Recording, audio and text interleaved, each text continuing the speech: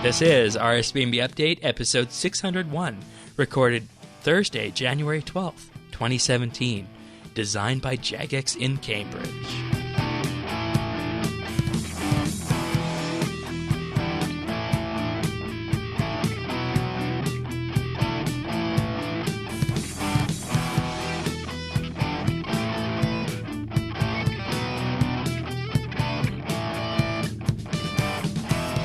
Hello, everybody, and thank you for joining us for RSBANDB Update. Onward we move into 2017, a new year of RSBANDB Update and RuneScape updates. Joining Mr. Bistro and myself this week is Tanis from RSBANDB Informer. Welcome back. Thanks for having me. And you guys are wondering, why is Mr. Bistro here? I thought we were doing a quarterly thing. Well, I will allude a bit to how 2017 is going to work for the podcast later on in the What Have We Been Doing section as to what our co-host slate will look like, and a couple of other things that we're doing along the way that should make it a happier listening experience for you, though not as though it's not happy as it is right now. All right. So we had a week off last week for the podcast and RS updates, which I think was good, specifically for me physically, because I wouldn't have been able to do the show last week had we had to talk about an update, because you guys are hearing me right now, and I could barely speak last week. So this week, on the 9th, we were greeted, of course, with the Memorial to Guthix update and the removal of all the 15-year anniversary events and adornments from in-game. So Memorial to Guthix, it's here. Do you guys think, first of all, before we get into the content of this, that bringing out a Memorial to Guthix, 4 years, I think. Is it 4 years? Yeah. It was August 2013 Divination came out, then March 2013 that World Wakes came out. Do you guys think 4 years is too late for this memorial, or? No, I think it's on the edge, I guess. All right. And why is that? I mean, I think it should have been done sooner. Of course, my first thought was, oh, great, Guthix is never coming back. Wonderful. But then once you start going through the D&D, well, I mean, who knows? Right. Who knows? But it seemed odd in its timing, I thought. Yeah, and I mean, it's right after Sliske's Endgame, so I mean, maybe that's a way of capping that all off and saying, okay, this chapter of RuneScape is done, and we're moving over to something else entirely. So this memorial is placed just north of Eagle's Peak by the hunting area, which I don't think anyone goes to unless you're beginning hunter, so it's good to draw some attention to that area of the world map, I think, because, I mean, when was the last time you guys were there, aside from, entry-level hunting? Phoenix Slayer's there, right? I mean, if you're going for the Phoenix Pet, maybe, all right. Something like that. All right, fair enough. Yeah, the Phoenix Pet, it's a good place to get the Phoenix Feathers, but that is the method I used to get 99 summoning up there. Right. Though, I mean, I guess Prif is probably the thing that everyone else would use nowadays for summoning, right? But anyways, that's beside the point. So this memorial, it looks fantastic. Let me just start off by saying that, how fantastic this memorial actually looks, because, it really, really takes advantage of NXT and shows how the game has evolved in a graphical sense, even since last year with NXT. I mean, lighting and everything, it's all here, and you can really see the rich colors and the water effects, the glows. Even if you're not interested in this, I would say, head on over here and have a look and see how it is, because it just looks really nice, I think. Is that how you guys feel as well? Yeah, I think it looks really nice. And that's exactly what I thought was, we're at the beginning of seeing NXT come into its own. It feels like it's really solidifying, and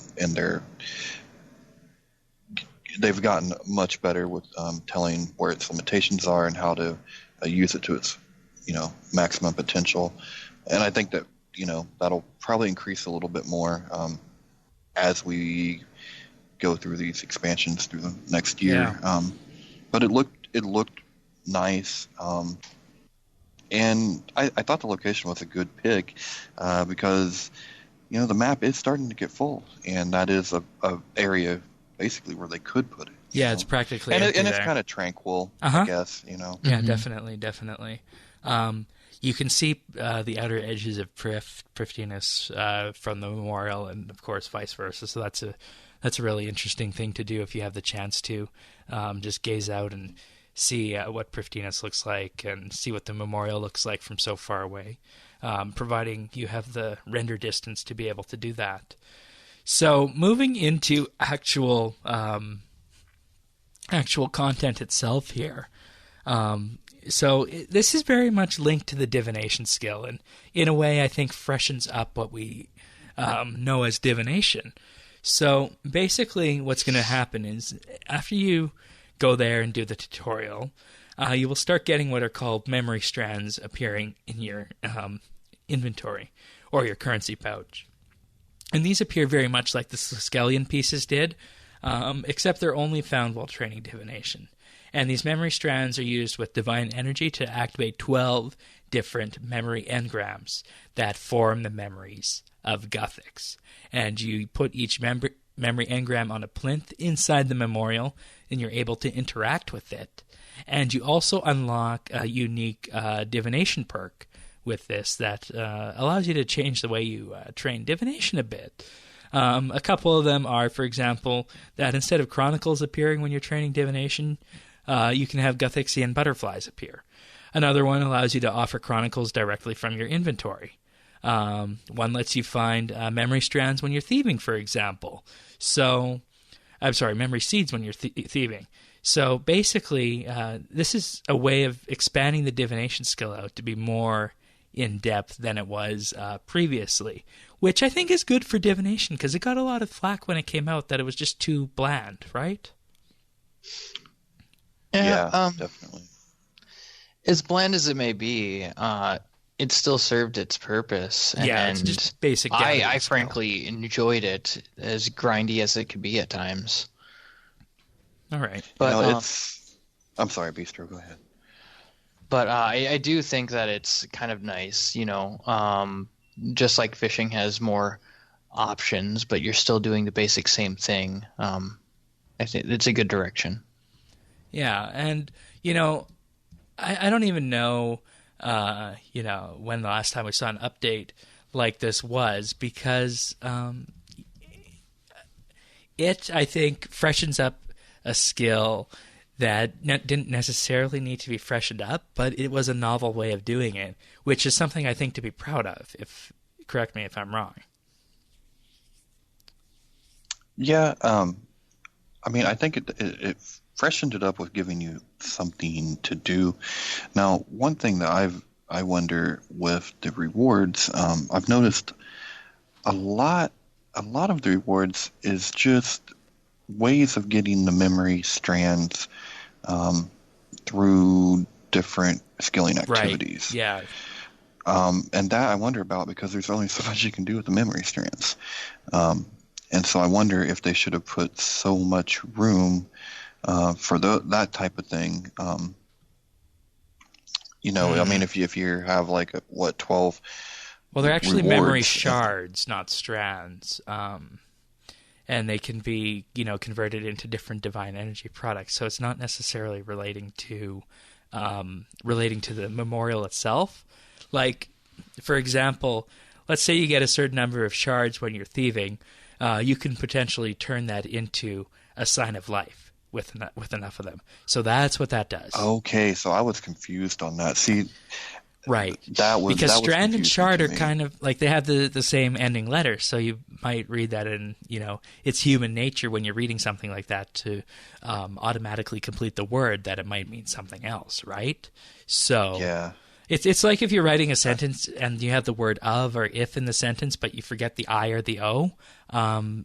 a human will just read over that and automatically put in the right letter, whether it's if or of.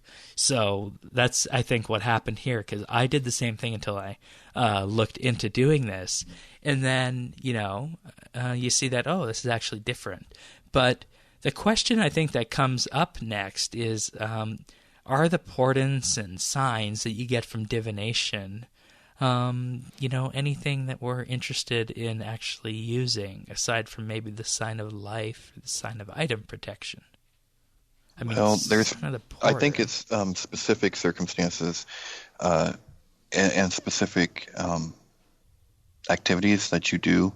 Like, okay, so your porters, that's not really that helpful. But if you're doing, say you do rocktail bubbles every day. Now you're going to do some kind of, well, most people are going to do your divination spots, your divine spots every day, locations. Right. Porters are great for that because your inventory fills up a lot of times before your gathering limit does, and those, they're only there for such a short amount of time. You may have to put down, if you double your location gathering limit, you can put down like 3 or 4 bubbles sometimes.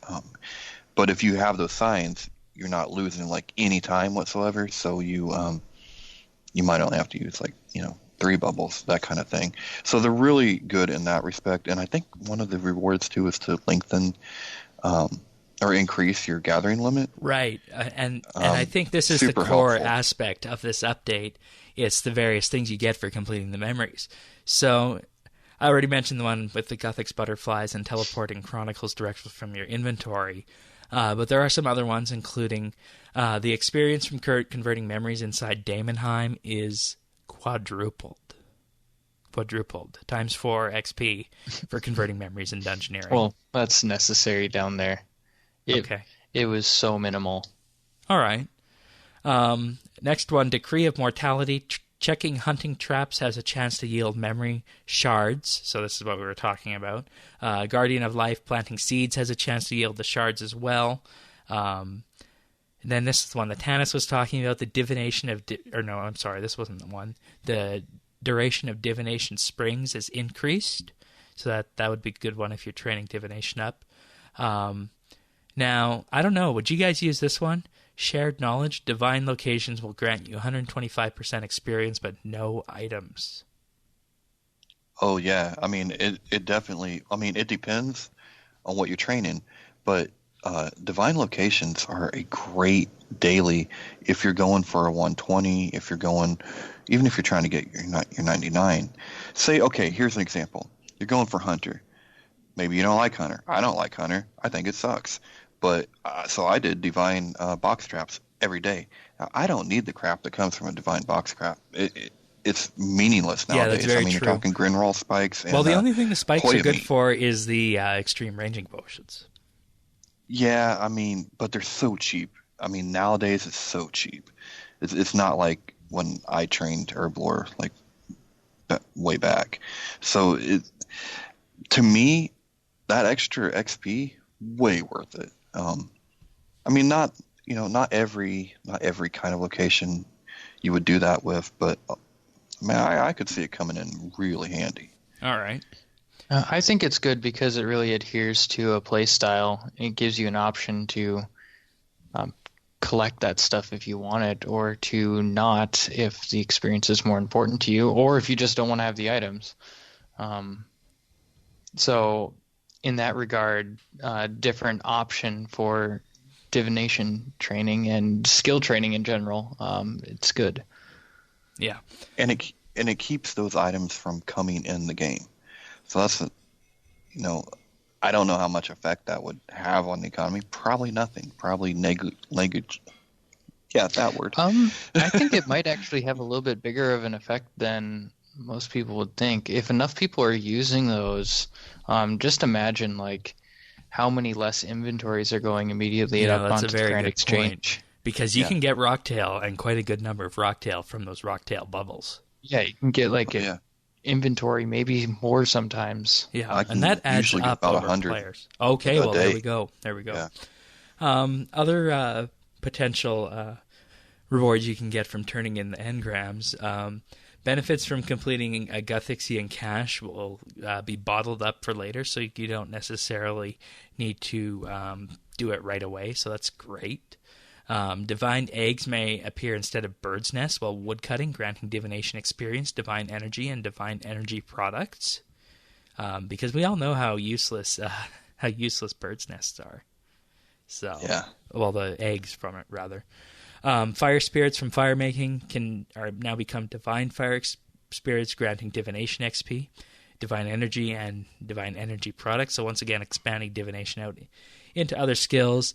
The option to get memory shards from pickpocketing, wisp herder, converting memories had a small chance to spawn an additional wisp, and of course the one I mentioned with offering chronicles directly from your inventory.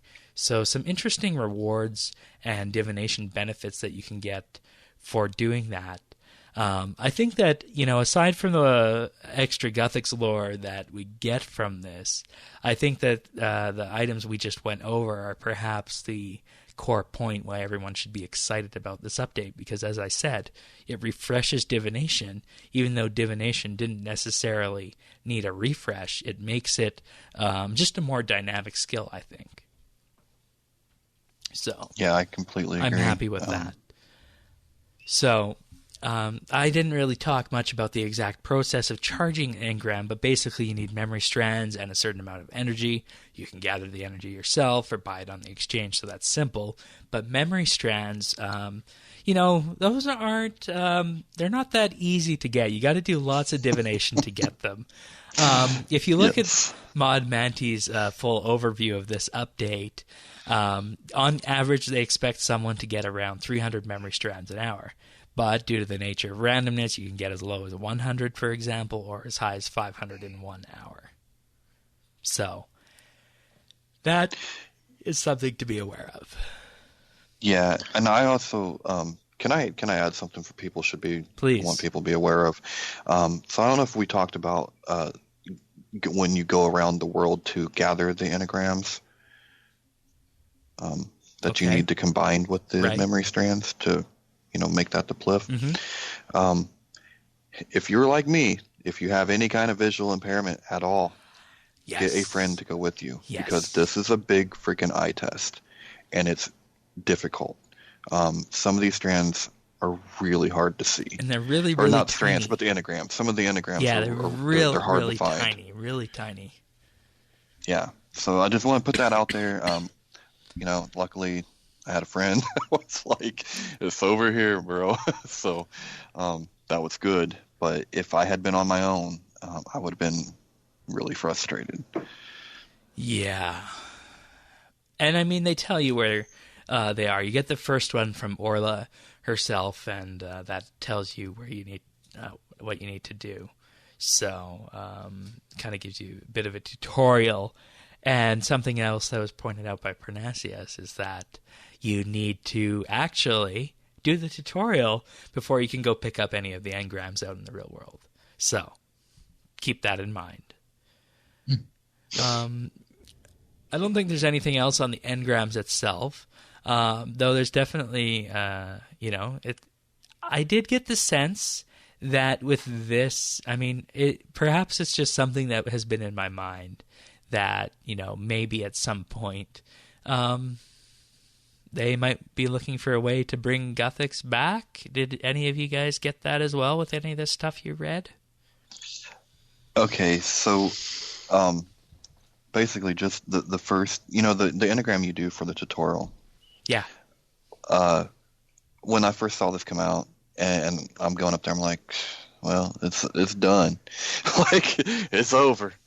And then you start going through the memory or what have you, and you begin to go, I don't know. I'm not so sure, because he's talking about the nature of things, and everything is a cycle. Everything is as it must be, but it comes back. And I'm going, I think he just said something about you come back like 3 different times. Like, are you coming back? Like, is this going to be a thing? Because it sounded like he knew this was happening. He knew exactly how, when, where, and to me, it sounded like that was open, like that's a possibility. Yeah, I mean, that's the sense I got as well, but perhaps this is just wishful thinking. It might require us to go deeper on the lore on this and find out what exactly is going on. Colton, yes, I'm talking to you. If you're listening, that would be a good thing to hear about. But, yeah, that's the sense I got as well. And, I've only done 3 of the engrams. I'm not rushing it, so I'm not sure exactly what the next step will be. The other one I did, of course, was talking about Zenaris, and there's a world gate on Zenaris somewhere, apparently, that we have not seen yet. So that's interesting. I suppose that would make sense. Yeah, and Zenaris is the moon, so I guess that counts as a separate world. I guess I don't know, but yeah. So it's going to be very interesting to see what comes from all this. And, I think this is the whole reason I asked, does this time period right now after Sliske's endgame make sense to release a memorial to Guthix when the death happened and brought us into the Sixth Age all the way back in 2013? Why do it 4 years after the fact, right? So I think they put it here because the story's over. The story that started, that chapter's done. There's a little bit of closure. Now they can move on, potentially seed the ideas of new stories. I honestly think that this is a great placement for it. Good bookend towards the quest line. All right. And you could entirely be right that that's all there is to it. So I guess we can just run with that. Anything else about Memorial of Guthix before we move on? I know there are, of course, always niggles and itches in the comp community that this is another 8 or 8 to 10 hour comp requirement, but it is what it is. When it's part of being comp, yeah, that's what goes with that gate. Though, I mean, this is kind of a lore requirement too, so I was a bit surprised that it wasn't Master Quest. But anyways. You're right. I never even thought about that. Yeah, because I mean, yeah, it's tied to one of the biggest quests in game history, right? And it could, for all intents and purposes, be a little mini distraction and diversion. It takes place after the world wakes, right? So I mean, it could very well be Master Quest as well. So that was just a thought overlooked. That was just the thought I had. But, it kind of makes sense that if it's going to be comp, or is it a comp or a trim? I'm not entirely sure. Comp? Well, it's both. Comp, you do it once. Trim, you got to prestige it. We forgot about the prestige. Yes, that's true, actually. You can prestige this, of course, as with, it seems to be a thing that Jagex likes doing. It's a wonder why they haven't added it to skills yet. But that's a topic for another day. They keep working it in, don't they? That's right. They just work it in there. That's right.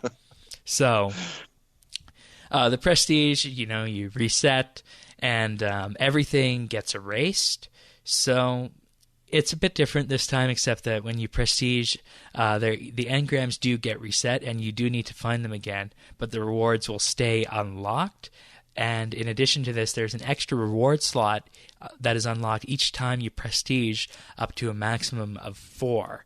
So, initially you can only have one of them unlocked. So after the prestige, you'll be able to have 4 of these little benefits going all at the same time.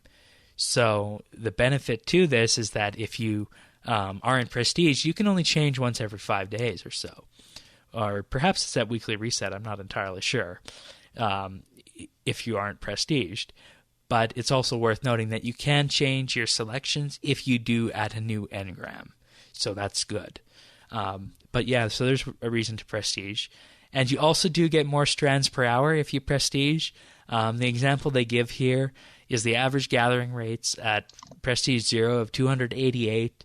Prestige 1 is 312, 336, 360, 360, and then 384, all the way up to prestige 5. So that is what we have for this, up to 4. The rewards are the same, so it's just a matter of, I guess, doing it for the experience, I guess, the divination XP and trim, yeah. Okay. Okay, it is also a Master Quest Cape requirement. So it fits under all of them. So that's good. Yeah, that makes sense. Yeah. All right. Of course, Jagex wouldn't forget something like that. So that's great. You never know, but Yeah, it's happened before. it's happened. But I'm glad it didn't happen this time. And also, just for the record out there, the best way of charging this is to get one of your own little uncharted islands on the Ark, or claimed island from a scroll, and do divination there, because that is the highest divination trading experience available in game currently. So, anything else on this before we move on to what everyone waits for? That makes it the most wonderful time of the year. We I good? don't think so. All right, Tannis, you good? I'm good. All right. All right. Well, Vic is back. Tell us about this, Mr. Bistro. Yeah, Vic's back. Everyone waits for him. You can trade in your bonus experience. You can do that until the 16th of January. And you can purchase until the 23rd, which I don't remember. You don't remember? The purchase portion. What do they mean by the purchase portion? Oh, it's like, changing and buying XP for other skills, or buying Okay. They should have treasure worded hunter that outfits. differently. Yeah. It's basically But, converting those points and then using them. Yeah. So does anyone know how much bonus experience they have right now? I had over 1 million, but I turned most of it in. Okay. I'm currently have 2.6 mil XP, and I'll be changing about 2.4 mil of that into dungeoneering. I'm not really interested in going for any of the outfits. Yeah. Okay. It's interesting here. They added the Golem outfit and the Ethereal outfits to the skilling portion of the game, so you can get those outfits via skilling now. But oddly, these are still the most expensive items in Vic's store that you can buy. The Rune Ethereal outfits and the Golem outfit, for some reason. And the shark is coming next. Yeah, and those are right in the middle. So, I mean, it doesn't make sense to buy those outfits, so I don't know why they're so expensive. Like, people aren't going to buy them anyway, so just lower the point price down to, the bottom echelon. Yeah, I don't know. It's possible that that was overlooked. Yeah, I think it's a holdover, because I think it's exactly the same as it was every other time. Yeah. Other changes are that you can now dump invention bonus XP into it. Master camouflage pieces can now be purchased from the special outfits tab. Grotesque armor and soul gems have been added to the other tab. The price of all special outfits has been reduced by 50, a measly 50. Skill dummy training crates can now be purchased. Okay, I don't use those. Does anyone know who uses those? No. Okay. Skill dummies can be really good on double XP weekends, or if you're in a skilling competition. Okay. They can come in real handy. All right. Really? Yeah. The second batch of Slayer masks have been added to the store. Oh, this is good. I assume that is going to mean. I'm not sure what the second batch was, but the second batch was automatrons. It was the good ones: the Ganos, the automatrons, the Arits. I think Black Demons was in there, although that's not a good task. Okay. I'm pretty sure that was in the second batch. What about Ice Strike Worms? I think those were out before the second batch, but I could be wrong. Okay. The second batch is like every 3 days. So if okay. you can tell it's not that, like too if you go to get your overpowered. task and you can't get it, that's second batch stuff. And of course, the dummies next to Vic have been updated with the latest outfits, because everyone loves Fashionscape, don't they? So, yeah, there until the 16th. Purchase on the 23rd. I'm not sure what I'm going to purchase this time. I have over 2,000 points from last time I dumped in. I didn't spend anything last time, so. They kept track of that for you? Yeah, it did. Like you didn't lose them? No, oh, I didn't. wow. No, I didn't lose them. Nice. So that's good to know. But yeah. Alrighty. Well, we're going to move on to the patch notes for this week. Nothing too groundbreaking.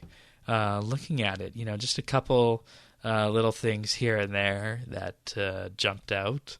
It's now possible to combine used silver jewelry, the update from December, so that's good.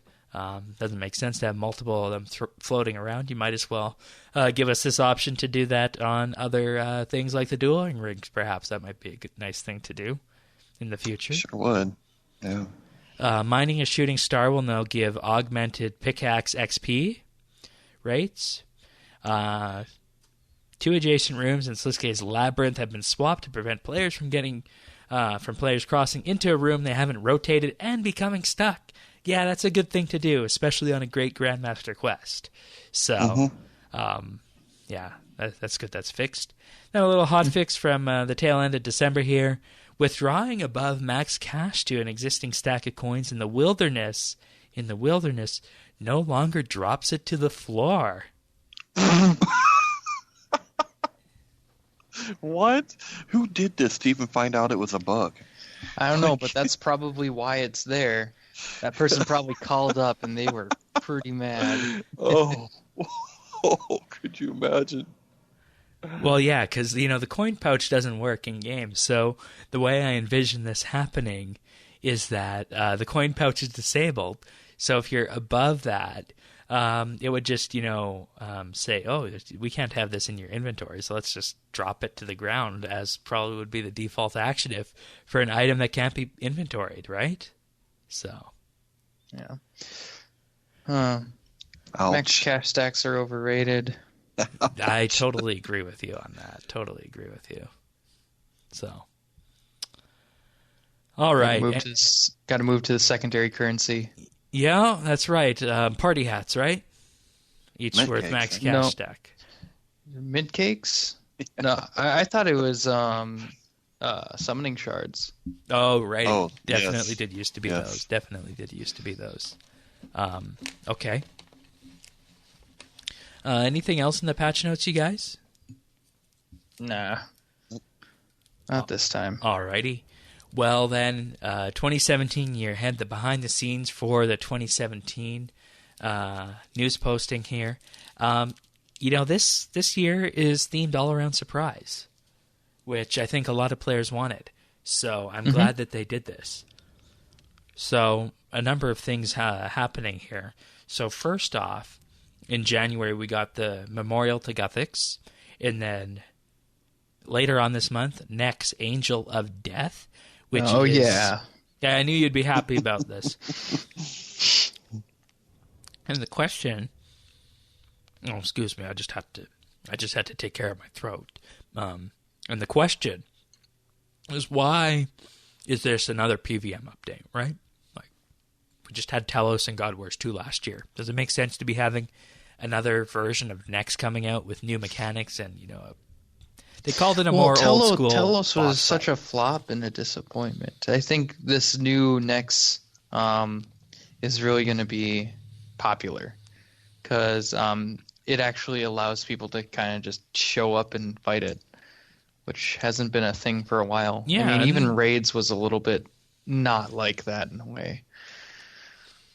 And I guess that's a good all the new thing. bosses are like, it's just layering more mechanics. Except for, God Wars 2 was kind of a throwback. It was, but your higher level PVM, it's constantly adding more mechanics until you just feel like you're doing the two-step, and it can be frustrating. And then on top of that, the Telos, I thought the whole loot mechanic in the streak mechanics was a novel idea. I don't think it really played out the way that they had hoped. No, and I think they that's took what that most away, people think. Yeah. But the reason why this one will probably be the more successful just as is without even knowing anything about it than Telos is that you can just go there. You can't just go there for raids because there's a daily limit. You can't just go there for Telos because you're going to get shit loot unless you do it multiple times. There's no increasing in rage on this new Next update. So It's very much an old school boss, and perhaps the way people expect bossing to be done on RuneScape, which maybe signals a design issue with Telos and Raids and everyone else. No, I don't think Raids is done wrong. It's good for what it does. Okay. But this is that boss that you can go to whenever you want. Raids isn't. So No, I mean you have to have a team, and it has to be a proficient team. On top of that, though, I mean, it's not really. It's a group boss. It's hard to call it. For me, it's hard to call it like a raid. It doesn't seem to really fit that, but that's kind of beside the point. I do look for enhanced mechanics with this boss. I just think that they're not doing enraged, and they're not doing streaking, and they're not doing these different loot mechanics. But I would say be prepared for a ROTS type encounter. Like that's exactly it's going to be rough. That's exactly the way they say it. So, and they don't give any sample as to how many players that you want, except that you can do it with any number of players. They shouldn't give anything away about this. Yeah. Just the name. And it should come, and they shouldn't preview it on stream. They shouldn't say what the rewards are. If this is going to be the truly marked as the year of surprise, just tell us exactly what we saw right here. And then that's the week before it's coming out, what you do is you just have some gameplay, make a commercial, 30 seconds, a minute of gameplay, put some music to it, show the new weapons in use, show the boss in use. Don't talk about its levels, its mechanics, or anything like that. Just put out a minute, 30-second commercial the Friday before it comes out, and voila, there's your behind the scenes for this boss. And air that commercial on more than just YouTube. Mm-hmm. Yeah. Yep.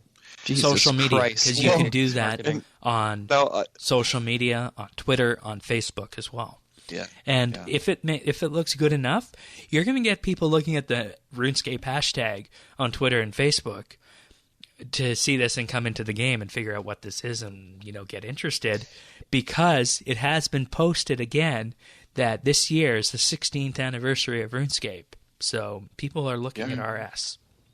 Well, I mean, IGN even did a piece on that. So, when they're doing that, it's kind of a big deal. Now, here's my question though. So it's the year of surprises. The player base claims that they want to be surprised, but have you ever known a player base to get more cranky about new stuff? Exactly. They hate change. It doesn't. But we want surprises. Okay. And I don't know how it's going to work, and that's maybe the issue with this, is that people want surprise, but at the same time they want to be spoon-fed the information when it's time. And you can't have it both ways. So and that's why I'm like, okay, so it's going to be a year of surprises. So if we're going to be doing that, and January is quote-unquote a surprise, and we're not hearing too much about it, I very much hope that the updates are going to be released in that manner, because this behind-the-scenes news posting is exactly the same kind of behind-the-scenes news postings that we used to have. Mm-hmm. And Memorial to Guthix came out the same way any old update would have. So that's the way it should be. Yeah. I want to plug my own article that's coming out pretty quick here. I talked about the year of surprises a little bit and what Jagex needs to do differently about how they market their new stuff for the game. And I think it will be a really good read and will really relate to this topic in particular. And of course, that can be found at informer.rsbnb.com. So fast forwarding past January, they talk about February, and they don't really reveal much else beyond February. But February is going to include a new quest, new augmentable tools for bringing 2 more skills into Invention, Game Jam and Double XP weekend, and that's all we got for February. But they're calling it a month of passion. These are going to be done by developers who have a passion for the update that they're doing. So For example, the quest is being shepherded by Mod Helen and Mod Nexus, who, of course, had the passion for this quest. We don't have any more details about it right now, but they say they will give more in the February's month ahead news posting. And same thing with the new augmentable tools. They're coming from Mod Ryan. It's a Mod Ryan passion project. So, and then they say you can see a trend forming, a development team that wants to regularly treat you with content outside of the expansions and big projects that we have for planned in 2017. So, before we get too far into February, what do you guys think the new skills for invention are going to be?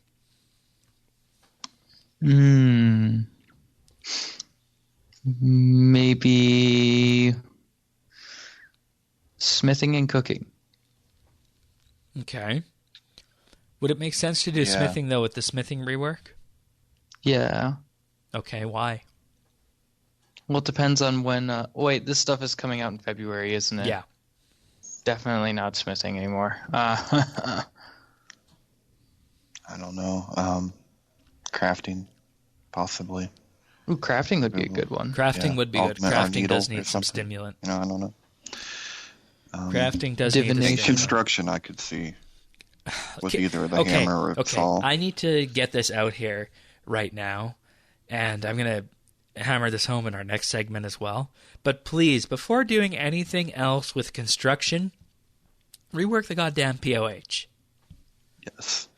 Yes. Completely agree. I don't see why Don't hold your we're breath. talking You might turn about blue, but yes. adding on to construction inside a POH system that was designed in 2005. So, Yep. and came out in 2006. Please. I mean. But what other skills do you use tools for? That's the thing. There's only so many of them. Here's you could have augmentable farming kind tools. of had a vacuum-like thing. You could do the same for divination. Augmentable farming tools. Yeah, you could. Yeah. Farming tools, I guess you could. But I definitely think crafting is up there. And, thinking about it, Hunter's probably a good idea too, because Hunter really hasn't had much done with it. And looking at Hunter as we did last year, it's kind of a standalone skill, and there's no real point to it. So, but it's so fast. Anything to make it better. But it's not diverse and unique, so that's no good. I don't think it hurt. I mean, I don't hate Hunter like you do, Dennis, but did you do it? Did you have to do it at the Jadinko spot? Yeah, but I enjoyed the Jadinko. Really? Because, okay. Yeah. I mean, yeah, different strokes, right? I guess. All right. Well, rest of the year, they say. The first expansion is in June, which we knew was Menaphos. Coming months will be March for the Clue Scroll rework. Reworking the old ones will bring in new, including a new Clue Scroll tier and rewards. Before Menaphos, we'll also see the launch of the achievement system. Also, Shattered Worlds, which I'm betting will be April or May, given how this is going. That's the update that was supposed to come last summer, but was moved to a redesign. So it's interesting they're still working on this. The Spring Fair, much like the beach, the Evil Dave quest. And then, quote, looking critically at stuff in game that drags you away from what you want to play. Reworking dailies, which are so rewarding that in the case of sinkholes and warbands, you won't feel forced to play them. Is that code for nerf? We're nerfing the crap That's exactly that you like. what I thought. Sinkholes and warbands. That's exactly what I thought. So I think they should nerf that and up everything else just slightly so it's all level. I don't know. That sounds like a lot of work, but I think it would go a long way. Yeah. I've never met a nerf I like. I just can't get on board. Plus, I mean, do we really want to run every engineering floor? Because, I mean, if sinkholes aren't what they are now, I can't be bothered. I really can't. God, what is with you guys and hating dungeoneering? Well, I think it all comes back to the way Dungeoneering was designed. It doesn't really make sense. I mean, I don't like to this have one... to depend on getting a group together. That's one thing. You don't need to get a group together. Well, but I do. That's why it bugs me. They still have stuff in there that they don't have examine text on where you know what color it is. Like there's still stuff like that in that skill, and yeah, sinkholes was like my alternative. Get them in while I can. Yeah, that's a good point. Definitely got to bring those in. Second half of the year, we'll focus on the bank rework and the 2 expansions, in addition to Menaphos, the September and December expansion. We'll talk a bit more about the bank rework in just a couple moments. And then this long-awaited project, media upgrades while retaining the base and familiarity that you want. Integrating both Diango and the Wise Old Man. The mining and smithing rework is also receiving its final set of dev diaries in January, which will precede the full design document before launch, and the beach will be returning. So I'm guessing mining and smithing rework, second half of the year, along with the bank rework. That's a pretty big second half of the year. Second half of the year feels pretty top heavy, if you have to ask me. And I wonder if that will end up in an expansion. Like, does that...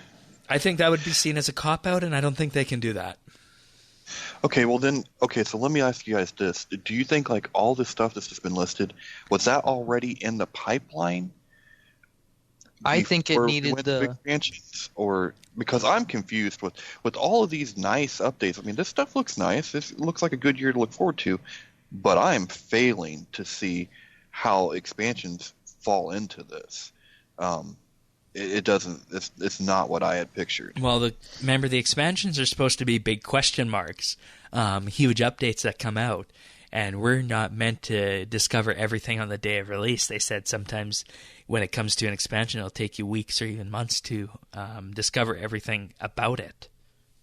Right, but I thought they were supposed to be like almost like a quarterly type thing where they're taking all that time and they're working and they're like expansion is this dump of content that we get to play with and go through and all this. And I'm going, how are they having time to do that if all this other stuff is coming out? Like, is it going to end up half-baked? Because it ain't like they doubled their staff. I think that all of this was planned out, but they needed the treasure to actually go forward and do this. So when Premier membership ticked over and everyone paid up, they could greenlight a whole bunch of projects. I don't think it's even that. I think it's just a simple matter of reorganizing the structure inside of the development teams. Because you got teams like the Watch and whatnot who develop various things. Well, what you do is you just amalgamate some of these teams for the larger updates, and then you maybe have only 2 of the teams working on smaller things. Because if you if you really think about it, the Guthix Memorial update at its core doesn't have any really new I mean, it's new content, but it's nothing that is reinventing the wheel, so much so that it can't be rapidly prototyped and rapidly developed based on things that are already existing in game.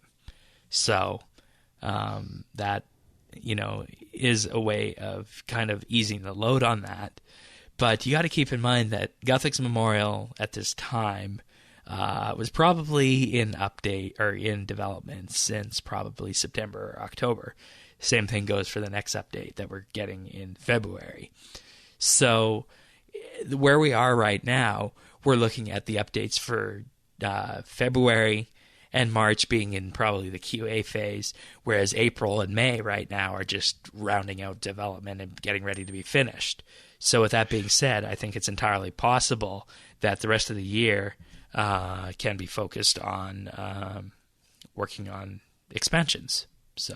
Okay, so you do then think like a lot of this is already kind of in the pipeline. Yeah, because I mean, at RuneFest they did say that they had the ability to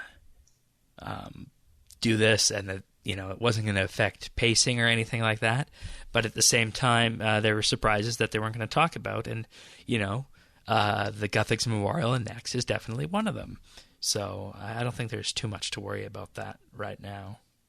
I hope the Guthix Memorial is the Church of View, kind of like rebranded, so they can just put that to sleep. That was my thought when I saw that when it said like your own shrine. I'm like, Church of View, your own shrine, huh?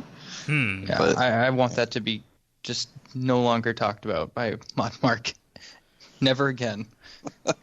Yeah, you don't want to be your own deity. Come on. I know lots of people who did, like namely Trekkie and whatnot. So. But I don't know. I think we'll end up being all right. Overall, I'm actually, after watching this video, it was a nice thing to hear because, the way it works for me is I get a tremendous amount of energy from doing this show, preparing the show and whatnot, and that's why it's obviously still going after all this time. And the same thing happened with this Year Ahead video. It was a huge source of energy, and it was great fun to watch and hear. So I think 2017 is going to be great. I'm really excited about the surprise stuff, namely that maybe we'll get some kind of construction update associated with this. But who knows? Who knows? So. I think it's going to be. It looks to be a great year, and like I said, if all this is in the works, then that's cool. That's exactly what I would have expected, because I'm looking forward to this new format, and I'm, if I only get big expansions, I'm cool with that. Let's try that. I'm excited for it. I'm ready. And that's going to be something else that we're going to really pay attention to. After the first expansion comes out, is what is the pacing of all the other updates during this time period? Is it a good level of pacing for the community after Metaphos comes out in the intervening 3 months, or is it not enough? So I think it's going to come down to patch notes and quality of life fixes, and if you look at things, bottle updates. So yeah. All right. I just want to draw everyone's attention to one more thing while looking at the Year Ahead video.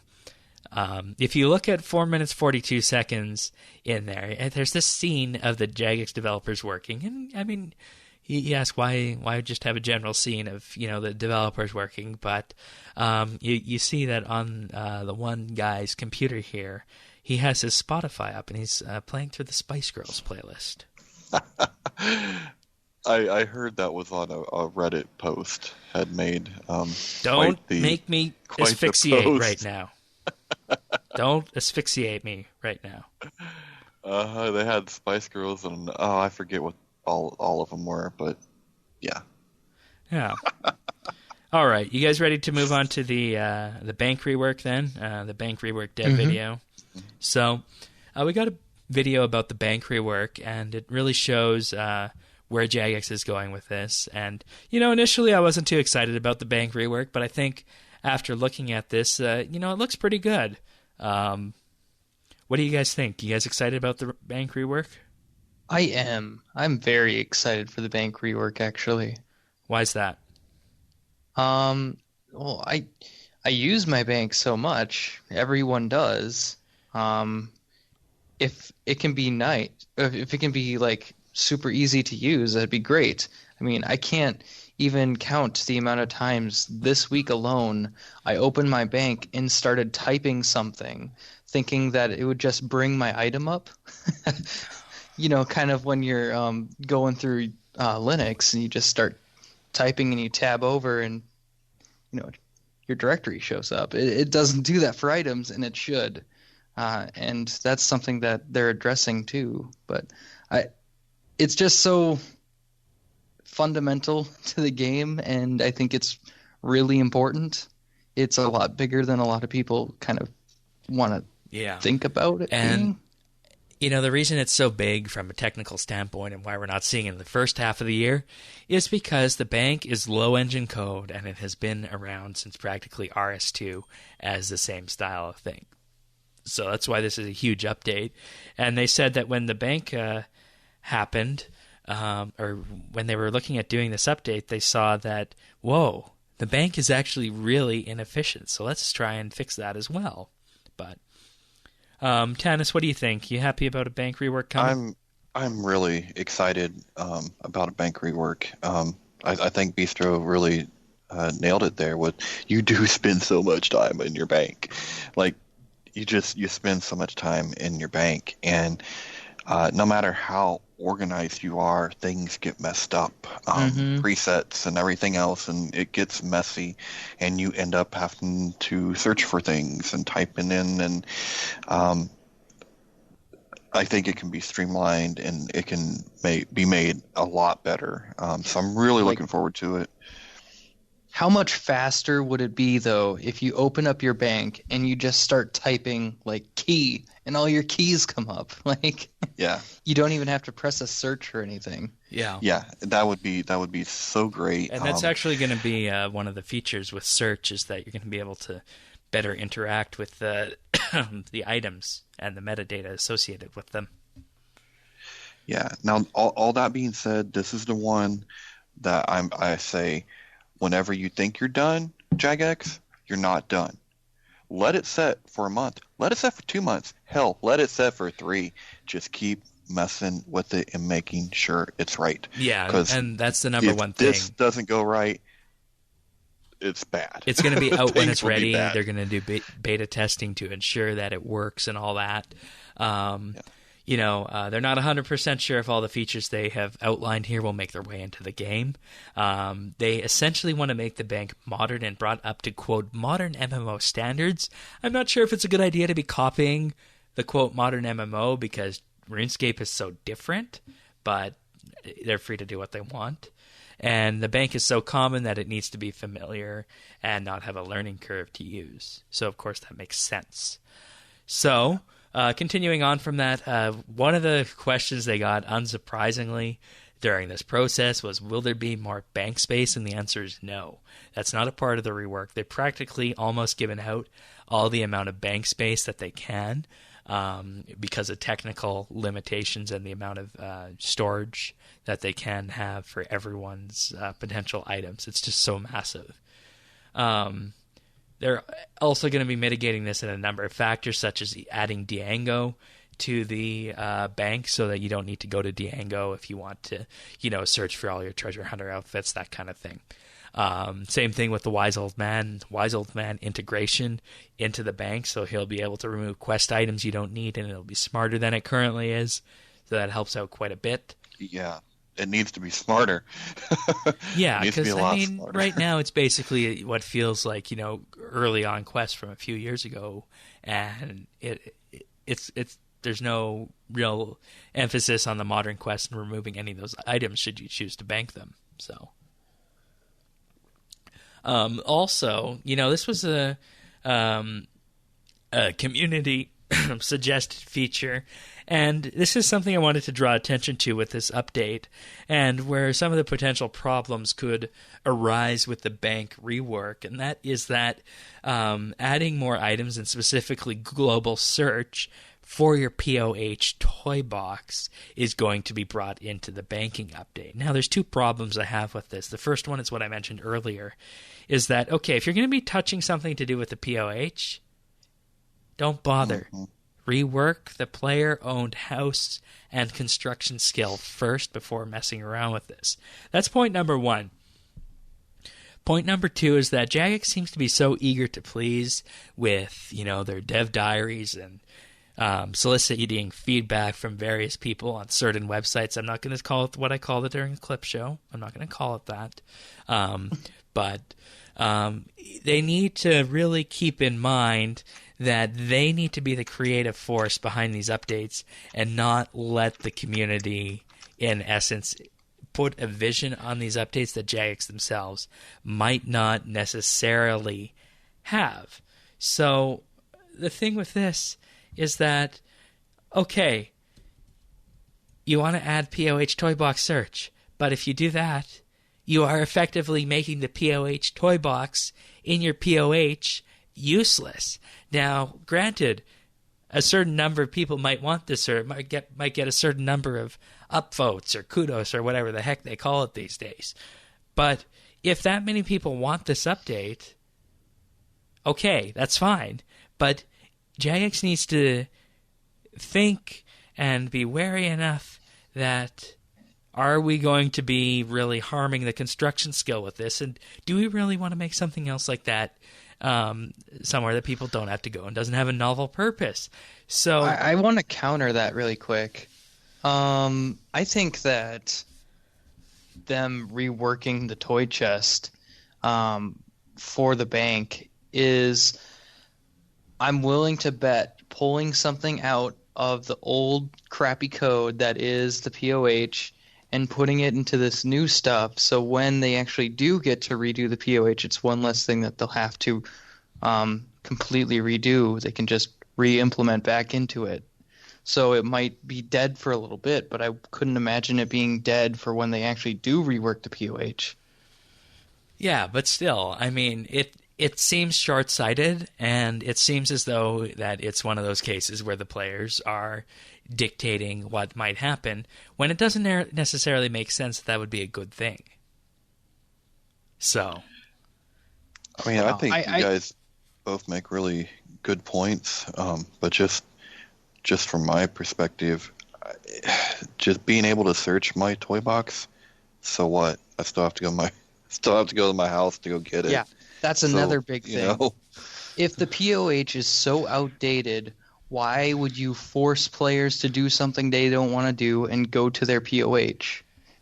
And this comes back to what I said. It's dead content. It can get reworked and it can be new, but if it's dead, then it's dead, and it will be dead until it's reworked. Don't force people to deal with old, crappy gameplay.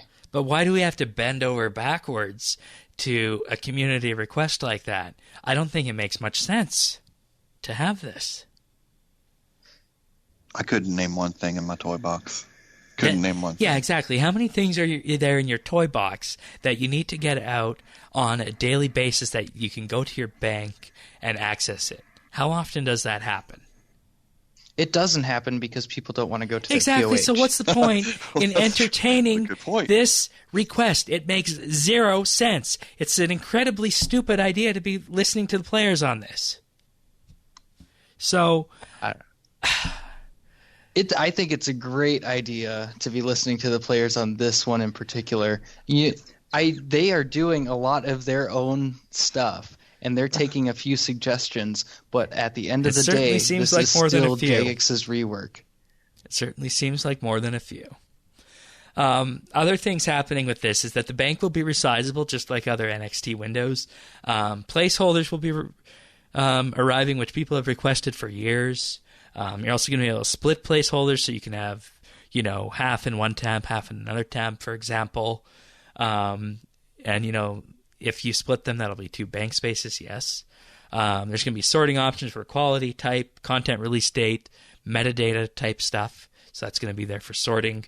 Expanding the amount of bank tabs. It's not going to be unlimited, but there'll be certainly a tab for each skill, combat type, your loot tabs, so on and so forth. Another player suggested the idea of having slim tabs. That's a graphical setting. And I think as long as, these things are cosmetic and are kind of, in a good area where they can be toggled, I think that's perfectly fine. But I don't know beyond this. I broke myself. How much it should be listened to. See what you did, Beastro. We got him all worked up. I don't think I'm done yet. I see a couple more on there that I'm going to be fighting about. I know it. Anyways, the ability to quick load any presets that you have set up. Presets in the main window will be a part of the bank window, as like the current equipment window is. A new option to disable the collapsing of bank items when removing it, kind of like how it used to be on early days RS2 and old school. Filtering items and having null blank space items, so you can just have an item that is a placeholder or a blank item, I guess. I don't know the logic in that, but I mean, it comes from old school after all. When they say placeholder, it's because when you remove an item, your other items will shift. Right. So the placeholder will keep that. Oh, no. That's also a player suggested thing. So Shane, you obviously wouldn't like that. You're right. I didn't. Like, I mean, I can see going back to how it was, but having null items that you can just insert. I mean, come on. Like, why not? It makes it more complicated than it needs to be. There's a reason. Why does it make it more complicated? There's a reason why Apple's mouse for their computer has one button on it, one physical button. And there's a reason why it's worked so good since 1984. It's called simplicity in form factor. I mean, I just don't want it to become too obtuse. I'm pretty sure that people don't have to put a placeholder in there. You don't have to, but it's there. And I don't know. Well, I'm always... If you don't have to. Yeah, then... but I mean, I'm always... I love the Apple design philosophy where Apple designs something and they tell you how to use the product. I wish more people would do that, and I wish Jagex would do that as well. Shane, this is a game. Yes. This isn't a piece of like hardware. But it's something that you're using day in and day out, and it should be designed with love. Designed with love by Jagex in Cambridge. That should be their new slogan. All right. So, in addition to the ability to have filler items and all that, subtabs. I think there's some discussion about that that's warranted. People wanted subtabs, but they're in essence going to allow you to have a horizontal line that splits your tabs into multiple. You guys okay with that? I'm cool with that. Mm-hmm. Yeah. Colored tabs as well, and the ability to have a background color change to kind of have the old school bank coloring. So, overall, what do you guys think? Overall, I'm cool.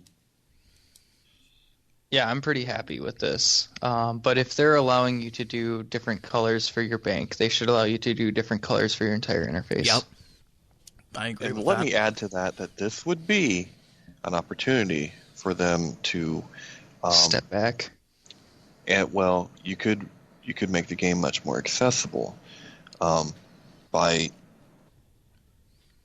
having, in addition to the different color schemes, but you could also have color schemes that like Windows 10 uses for their accessibility, where you have your black background with your white on it, or what have you, because that's really super helpful for people with vision problems. Namely, So you in this this could case, be 'cause- a chance for them. Yeah. This is something that you and I always constantly discuss. And Jagex, I think, does an okay job of it, but sometimes they really miss the ball. And with something you use so often, you'd think some accessibility features in here would be really great.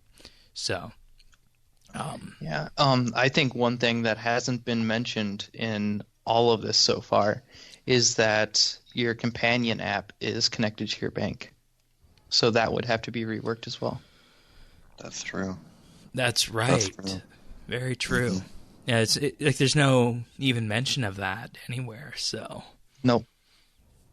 okay. They better not let that die, because the companion app's pretty nice, especially when I used to have to take care of clan stuff. Oh, yeah, definitely. Yeah. So, Yeah. anything else on the bank rework before we go then? I know there was some discussion in the video and with you guys about, if you have a loot tab and you want to put all your stuff that you get from a certain boss encounter inside a bank tab that might not necessarily be what you had before, you'll be able to do that. So I know you guys will be happy about that. Very much. Yeah. Moving of the bank settings to the NXT settings window, so that's great.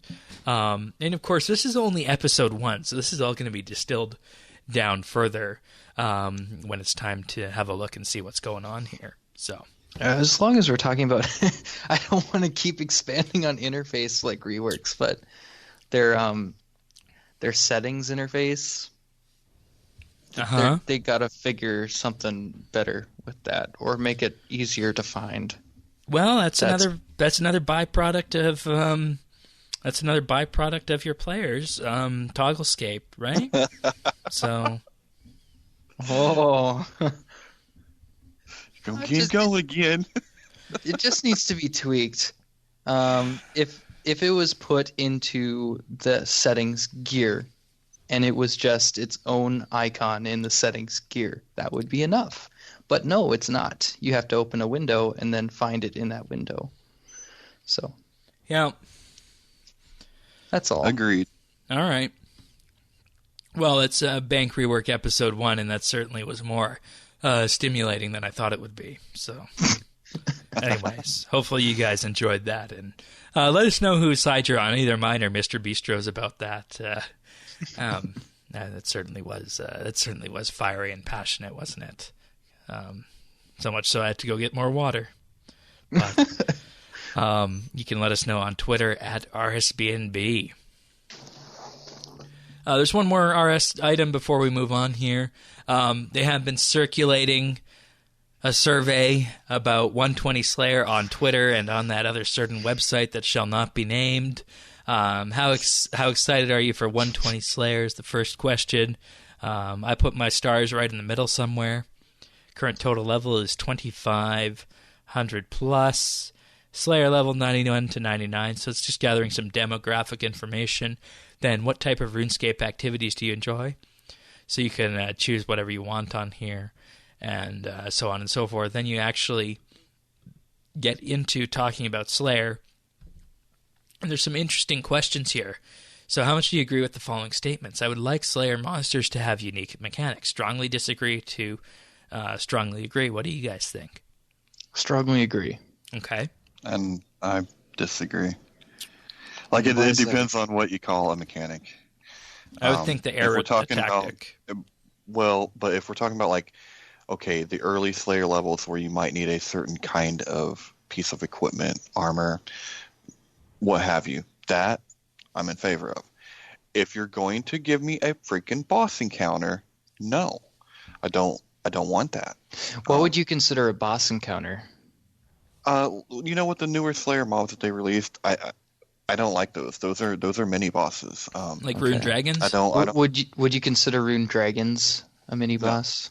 No. Okay, because that's kind of where I'm at for like new mechanics. That would be that. I'm cool with that. You know, the different phases, having to use, Dragonbane. Okay, that's cool. Even having it locked behind that much content, I'm fine with that. Mm-hmm. Just don't give me mammoths again, and don't give me skipper demons again. I don't want that. Skipper demons. Yeah. All right. Because that's what you do. Yeah, Slayer monsters to have unique drops. Would you agree with that? Oh, yeah. Yeah. Yes. All right, because that brought us the Abyssal Whip. All right. New Slayer monster every 5 levels or every 3 levels?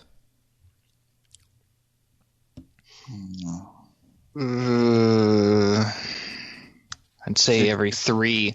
Yeah, if you go 5, it's only 5, man. Or 4. Yeah. If you can imagine on the way to 120. Yeah. You might want...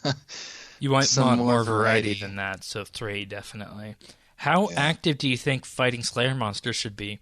I said very active, because I don't think we want to cultivate the culture of Netflix and kill any more than we already do. Yeah, I don't look. I'm not down with AFK combat. That's not what I want. Mm-hmm. But like I said, I also. What does that mean to them? Does that mean they're gonna make me have to do all this extra mechanics like a mini boss? I don't want that either. Like, I want to pay attention and fight. Give me like Eretz. You know what I mean? Like, because if you walk away from Eretz, you're gonna die.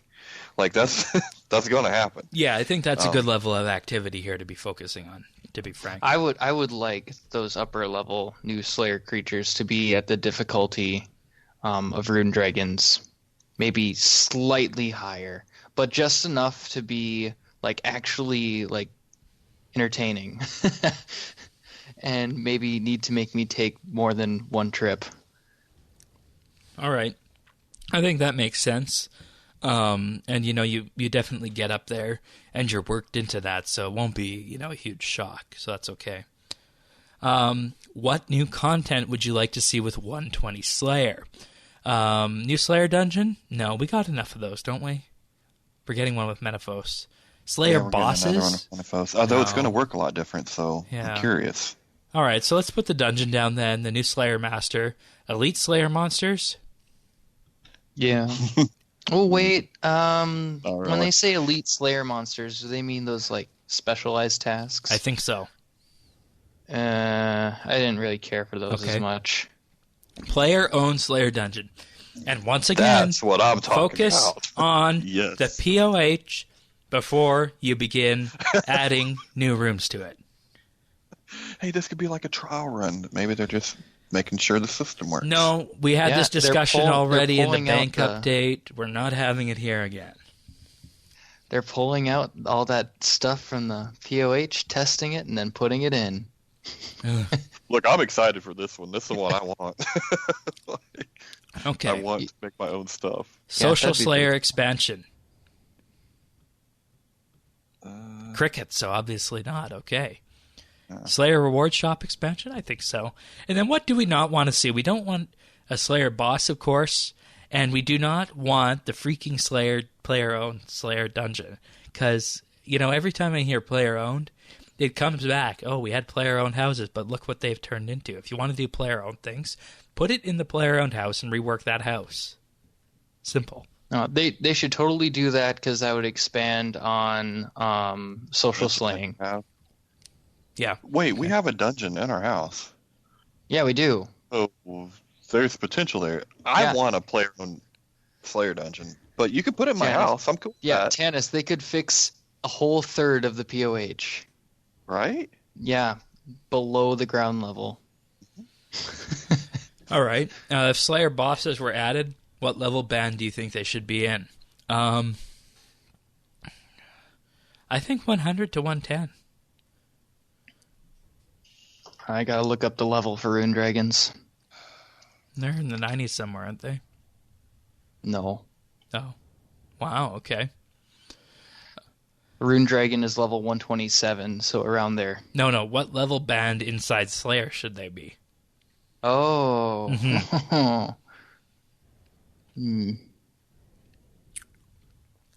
Well, maybe 81 to 99 then.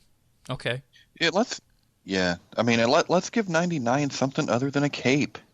All right. Unlock your boss. And now here's the question for you, Tannis. If player-owned Slayer dungeons were released, I should be able to collect monsters to fill it. I should be able to customize it.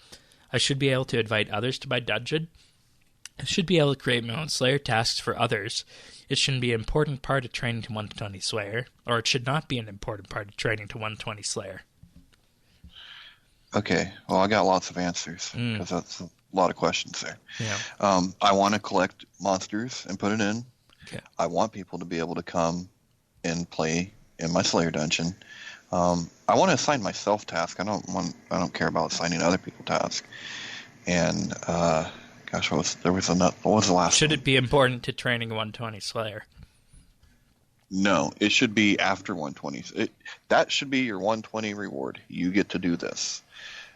It should not be part. You can't. You shouldn't be able to train to that point. I wouldn't agree with that. All right. What are you most excited about with 120 Slayer? What are you guys? I'm not a Slayer person, so this doesn't really jump out to me, but I'm excited. Player-owned dungeons. Yes, and I can't wait to bask in the pain of the comp players. I want to lick their tears. You are one of those, really right? Mad. You are one of those comp players, right? No, I'm not. Oh, okay. I got a lot of friends that I just rib all the time. All right. And then what most worries you about 120 Slayer? Time to reach a new level cap? Losing or difficulty unlocking the completionist cape? I bet that's going to be way up there. You know it. I'm fine with it. I just wish that they would incrementally raise everything. It didn't have to go straight to 120. My only concern with it I mean, and it's not really that big of a concern. Like, don't get me wrong. It's just if I have to pick something. Slayer is a very slow skill. Yep. We just went through, okay, so we have clan competitions, every week. We just went through a Slayer competition. And, there was a few of us that we went hard, and we put up some decent numbers. The very next comp that I competed in was fishing. I got damn near twice the amount of fishing that I did Slayer. And I think a lot of times when you think of slow skills, you're thinking fishing's pretty slow. But you don't really think of it being slower than Slayer, and it is. So that's a concern. I mean, I will enjoy it because I like Slayer, but start training now. if you want to be calm, start training now. I said new monsters being too rewarding because I think that that is definitely something that is possible, that things are too rewarding. And I also said that not enough new content on release. So that's the survey. You can find it on various JMod's Twitter accounts or our show notes at update.rsbnb.com. Alrighty. You guys ready for questions? Mm-hmm. Okie dokie then. Let us get going. We have 2 audio questions to begin with, and the first one is from Desmo360. I'll play that right now. Hey guys, I've been listening for a few months now, and I've been loving the podcast so far. Always gets me hyped to play more of the game. Anyway, I've got 2 questions for you today. First, would you like to cast any guesses for what the 2 unrevealed RuneScape expansions might be? Also, have any of you had any good, bad, or comical experiences while playing Dungeons and Dragons? The second 2 RuneScape expansions. I think one of them is going to be a skill. I think it's going to be a standard skill, not an elite skill. I have no idea what it's going to be. But they did say that they wanted 2017 to focus on surprises, and I think what better way of doing that than adding a skill to the game that has a name and maybe, a few paragraphs of text written about it, and then saying, here, go discover this new skill named something. And then it's basically going to be a modern-day version of relearning how to play the game in a different way with this new skill. I think that's going to be expansion 1. Or expansion number 2. I think expansion number 3 will probably focus on some new unreleased area, because if you think about it, we've had 2 large unreleased, or 2 large updates every year for the past number of years, and Metaphos is going to be one, and we're kind of missing one here, so I think it would make sense to have another area come out that's not necessarily as big as Metaphos, but an area that came out that would influence training in perhaps more specialized manner. So those are my rough guesses. I don't have any authority on this, that this will be what ends up happening, but I think the first one is definitely likely.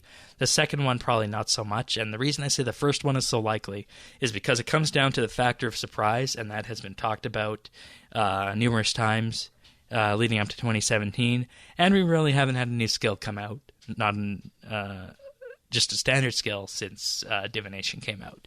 So that's where I go with that. How about you guys? I think that you're right on the money. I don't know if they would go as far as release a whole new skill this year, though. You don't think so? I think that they would add a new area, whether that be the Western Land region that they talked about being a sense of exploration and almost danger. If you were to do the wilderness-esque kind of risk and the adventure of the Eastern Lands and throw them together in a non-instance realm, what would you get over there? I think that would be really cool. Or they could do something completely south of the entire map and get back into snowy territory. I think that would be really cool to do something like that. But so land, one of them, I think. The other, I would say, construction rework. That could be an entire expansion based on how expansive construction is, and then bringing construction into the rest of the game world. That's entirely true. It could be that. Yeah, or it could be a dungeoneering expansion with a whole nother set. Please no. Please no. Not in Demonheim, but somewhere else entirely. Or capped Maybe. with a quest, floor 61. Oh, yeah. Floor 61. Didn't even think of that. That's a good one. But that wouldn't be an expansion, floor 61, so... I don't know. I think those are good ideas, and, actually the more I think about it, the more a construction rework could fit into one of these, because it would be an effective relaunch of the entire skill, and when it comes down to it, they could really expand it out into all the other skills like that, too, the way it was initially meant to be. And we could all be gifted with you no longer bitching about it. Oh, it's not just me. It's not just me. I have it with good intention. No, that if the construction rework came, Earth would come back to the podcast. Yeah, I would be totally thrilled with a construction rework, and I was pretty sad to not see it up towards the top in the polls and selected. Yeah. And not just that. It seems every time it comes up, they crap all over it. Like, that is really discouraging. Well, I think they're just so afraid of doing it because it the first time they did it, how many things broke for years? Well, remember there was the episode last year entitled Courage in which we talked about the Apple removing the headphone jack. And then they're removing too many jacks. And then Jagex, we said Jagex needs to have courage as well. So, yeah. Well, Apple needs to realize that people still use USBs. Okay, we're going to have to talk about this later. He's just trying to work you up. Love it. This is great. All right. Do you guys have any D&D experiences? I have never played tabletop D&D, believe it or not, so I'll have to leave this over to you guys. Well, did Tannis share his? No. Oh, shoot. Okay. I thought you did. I'll be quick. No, go for it.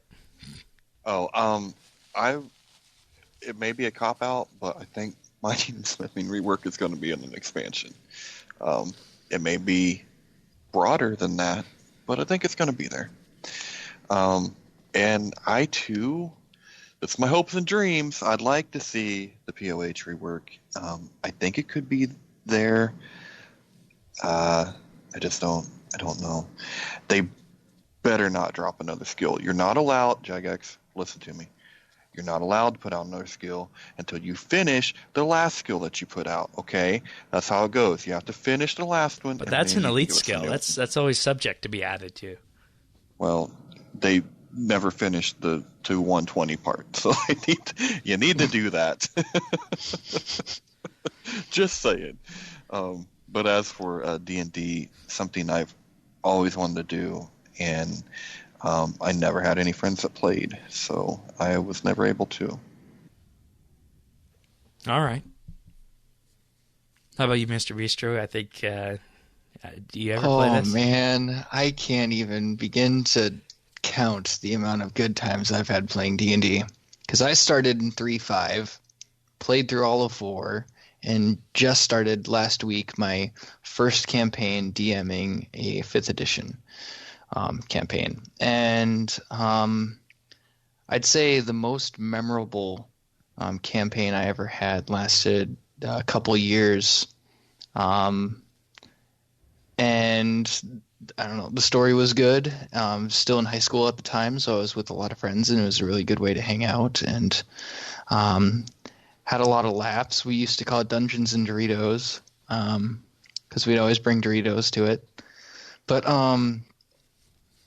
the most funny thing that's ever happened was a campaign where when I was a player and our team, we all got instruments, and instead of doing the campaign that the DM wanted, we banded together and went around from town to town playing in the taverns and collecting gold as a band and ascended in popularity. So that was interesting. Wow, that sounds really in depth. And you said years? It took years? Oh, no, not that one in particular. Oh, okay. Yeah, a different one, a much more serious one, which I think was very well done.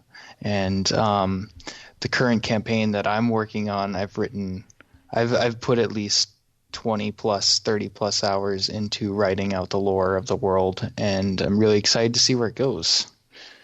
So, yeah. All right. Well, it seems like you were perfect to answer this question then, since Tanis and I have never done this. Yeah. All right. Thank you. You guys should try it. I'd love to try it someday. Yeah, I guess so. Why not? Try new things. Live by the sword, die by the sword. There we go. RSBANDB's D&D night over Discord. Yeah, there you go. You Discord. just let me know. I would be down. I will put a link to the Discord in the show notes as well. Realize a childhood dream here. That's That'd be definitely great. somewhere that everyone wants to be. So Yeah, that and there's so many online tools you can use now.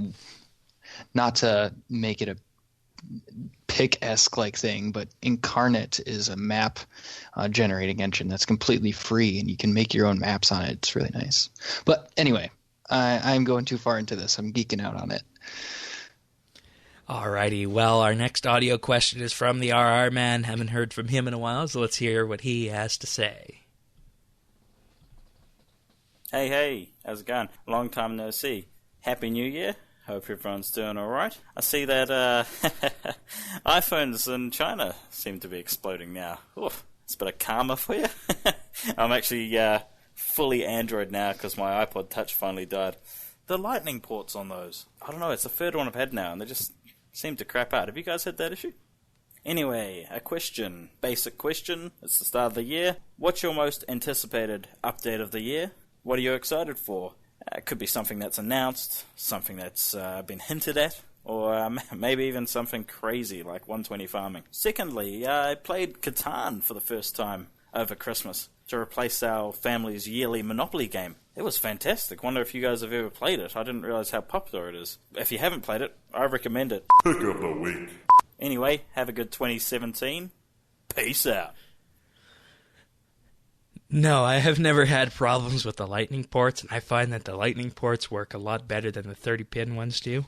The only problem is, of course, the cables. If you're not careful with them, they can fray easily and break if you don't grasp by the plastic attachment. And with regards to the iPhones exploding in China, I'd imagine that they are counterfeit iPhones, because there's lots of counterfeit goods that float around in China. Because Apple does no wrong, according to Shane. Oh, you no, mean they were made in China? Well, no, they probably were counterfeit from China too. Oh. But Okay. Oh no. yeah, I mean, that sounds bad. you go on the streets of Beijing or Hong Kong, and you can find people selling iPhones that aren't iPhones, and they're all counterfeit and everything. Those would be the ones that were exploding. But, yeah. What updates are we most looking forward to this year? Let's start with you, Tanis. The updates I'm looking forward to this year. The bank rework.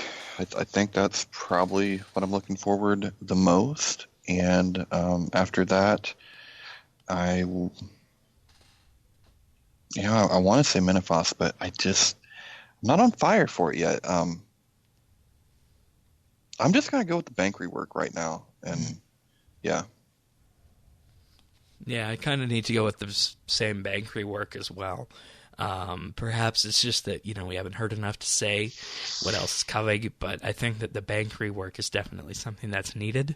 I just hope that they have the courage to stick to their guns and know what needs to be done and don't necessarily cave too much to community influences when they don't need to. So, how about you, Mr. Bistro? Also bank rework. Probably the new Nex. Of course. Takes a close second. Menaphos is surprisingly low on the list because if you're allowing crazy things like 120 farming, then I'm going to say POH. Yeah, and I mean, to be real, if I had to pick any update that I don't know if it's coming or not for this year, I would say definitely the construction rework. And, quests. We didn't hear anything about quests in this. Like, where is the macro quest line going? And that kind of concerns me. So, yeah. Well, I do wish that we would have quests that would come out. Mining and smithing is there too, but I don't think that's as important. Well, I mean, it is important, but it's not going to be something that is interacted with as the bank rework. So, mining and smithing rework is probably number 2 for me. But number 3 would be quests. So, hopefully they do arrive. So, anything else on top updates of the year that we're looking forward to? Just not enough known yet. Yeah. All right. Hopefully no underwater boss. Yeah. So, I mean, it would provide an interesting expansion to raids, since there is water. I said hopefully no underwater boss. Oh, you should know by now. I'm just trying to trigger you with that. So, but yeah, I actually enjoy Settlers of Catan. It's a fun game to play, and I definitely agree with you that it is unique in its own regards, and you can definitely have some fun pushing people around in that game in more ways than one. So I always enjoyed robbing from people, and once someone got mad at me for doing that because they thought I was singling them out, but it was just the most advantageous thing to do at the time. We have since rectified that. So, you guys ever played that game? I haven't. I haven't. I know a lot about it. I unfortunately haven't played it, but I've played plenty of similar games. I would almost say that StarCraft is similar to that, but a little bit more way more complex. Not a little bit. And Civ had a board game out a few years ago that I had played as well, kind of like that. Okay, that's interesting. And why'd you give up the yearly Monopoly game? That's something I'd like to hear. I mean, who would give up Monopoly, right? If you were playing Settlers of Catan, I would give up Monopoly for that. Oh, damn. I'd also give up Monopoly for Talisman, if you've heard of Talisman. I have not. Though, I like playing Monopoly because it allows me a chance to, be ruthless and negotiate with people who I normally wouldn't be ruthless to. So that's nice. I was going to say, the reason I would give up Monopoly is, has it ever ended well? Ever? Yeah. Yeah.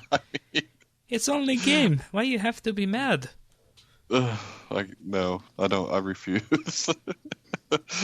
I'm the poor SOB with Baltic and whatever, that mortgage. Hey, there's nothing wrong with being the slumlord on the Monopoly. Right. Yeah, the only problem is I'm living in that slum. I'm going, come on, man, I got 8 spaces to make it across. Anyone who wants to learn how to play Monopoly and win 90% of the time, send a question in and I will explain how you win at Monopoly 90% of the time. I'll save you time. Go to jail a lot. No, that's not it. All right. Thank you, RR Man. Nice to hear from you, and hopefully those questions were answered well enough to your liking. All right, and our last question is from Trekkie, kind of going in for the whole memorial thing. What would happen if Guthix lives in you and may one day manifest itself back into the physical world? We're already possessed by Sliske. So, and we have a shard of Zaros. And the shard from Zaros, keep a little too. Piece of him with us, too. Yeah. I don't think that this happened because there's no evidence to say it ever did. But, I don't think it would come from you. But I definitely think that with this Memorial of Guthix update, there is the potential for something like this to at least be talked about, even though at one point Jagex said, no, it's not happening. So... well, when Jagex says, no, it's not happening. That's what I was thinking. Exactly what I was thinking. Yup. Yeah. Yup. Well, I mean, and, if he was manifesting you, there would be no reason to have the World Guardian title, for one thing. But, I think that perhaps it could be a crucial part of maybe one day in some far-off fantasy of reconstructing him, that the World Guardian power bestowed on you does, have one key to reconstructing him. So, I mean, it's an interesting idea. I don't know if they'd ever go that way, but who knows at this point. I predict Jagex would pull the ultimate troll and say that maybe he comes back through you and you have a wonderful time, and then you wake up and it was just a dream. I hope not. That would be pretty bad. It would be terrible, but not out of the realm of possibility. Yeah. All right. Mr. Bistro, you have anything on this? Not really. Right. I just don't want him to come back. All right, that's fair enough. It happened. Let it just have happened. That's right. Alrighty, well, there's our first questions for 2017. Thank you, everyone, for sending those in. If you want to send the questions in, you can email us questions@rsbnb.com or leave us a DM on Twitter @RSBANDB. Text questions there, of course. If you have a phone and you want to call, you can call 571-57BNB, which is 571-572-2632. Alrighty, so on to tech news we go. There was a deal made this week. It has to be verified and has to go through, but it certainly looks like Yahoo is about to be finished. Yahoo has reached a deal with Verizon to change its name to Altaba if the $4.8 billion Verizon deal goes ahead. And with this deal, the investment would mean that all of the assets of Yahoo will become assets of Altaba and Yahoo Japan. Also means that Altaba will provide no internet services whatsoever. Yahoo's operating business will be brought under Verizon. And Marissa Mayer, the CEO of Yahoo, and other board members will leave with this takeover, and she would walk away with $55 million in severance for this. So it certainly looks like this would be approved. And with Verizon bidding for Yahoo, now consider Yahoo really isn't, a huge company as big as Google or something. There's no reason for this deal to not be approved. So it certainly seems like... I disagree. Oh, you don't think it will go through? Yeah, Yahoo's really big. There's going to be some pullback. But it all comes down to the shareholders and regulatory stuff at this point. Yeah. And they're likely to go through because they just want to cut their losses at this time, right? It's going to be complicated. Yeah, and I mean, how many people have Yahoo email addresses that they rely on? They're going to need to find ways to phase these out over years because, I mean, it's something that's been around since the 90s. So when it goes, it's going to have to go gracefully. But,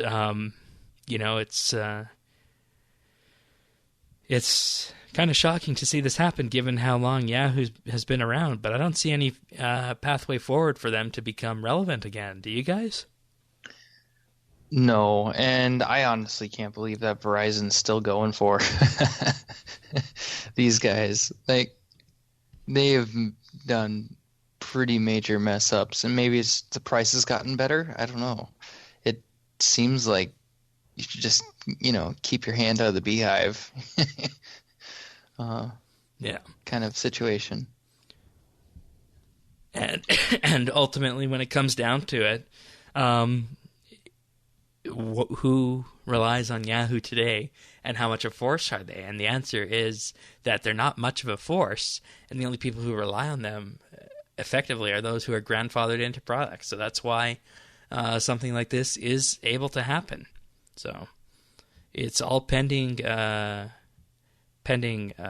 regulatory agreement, and then I guess it can happen. So Yeah, Verizon's getting dangerously close to having a very significant amount of control over what can happen on mobile devices, period.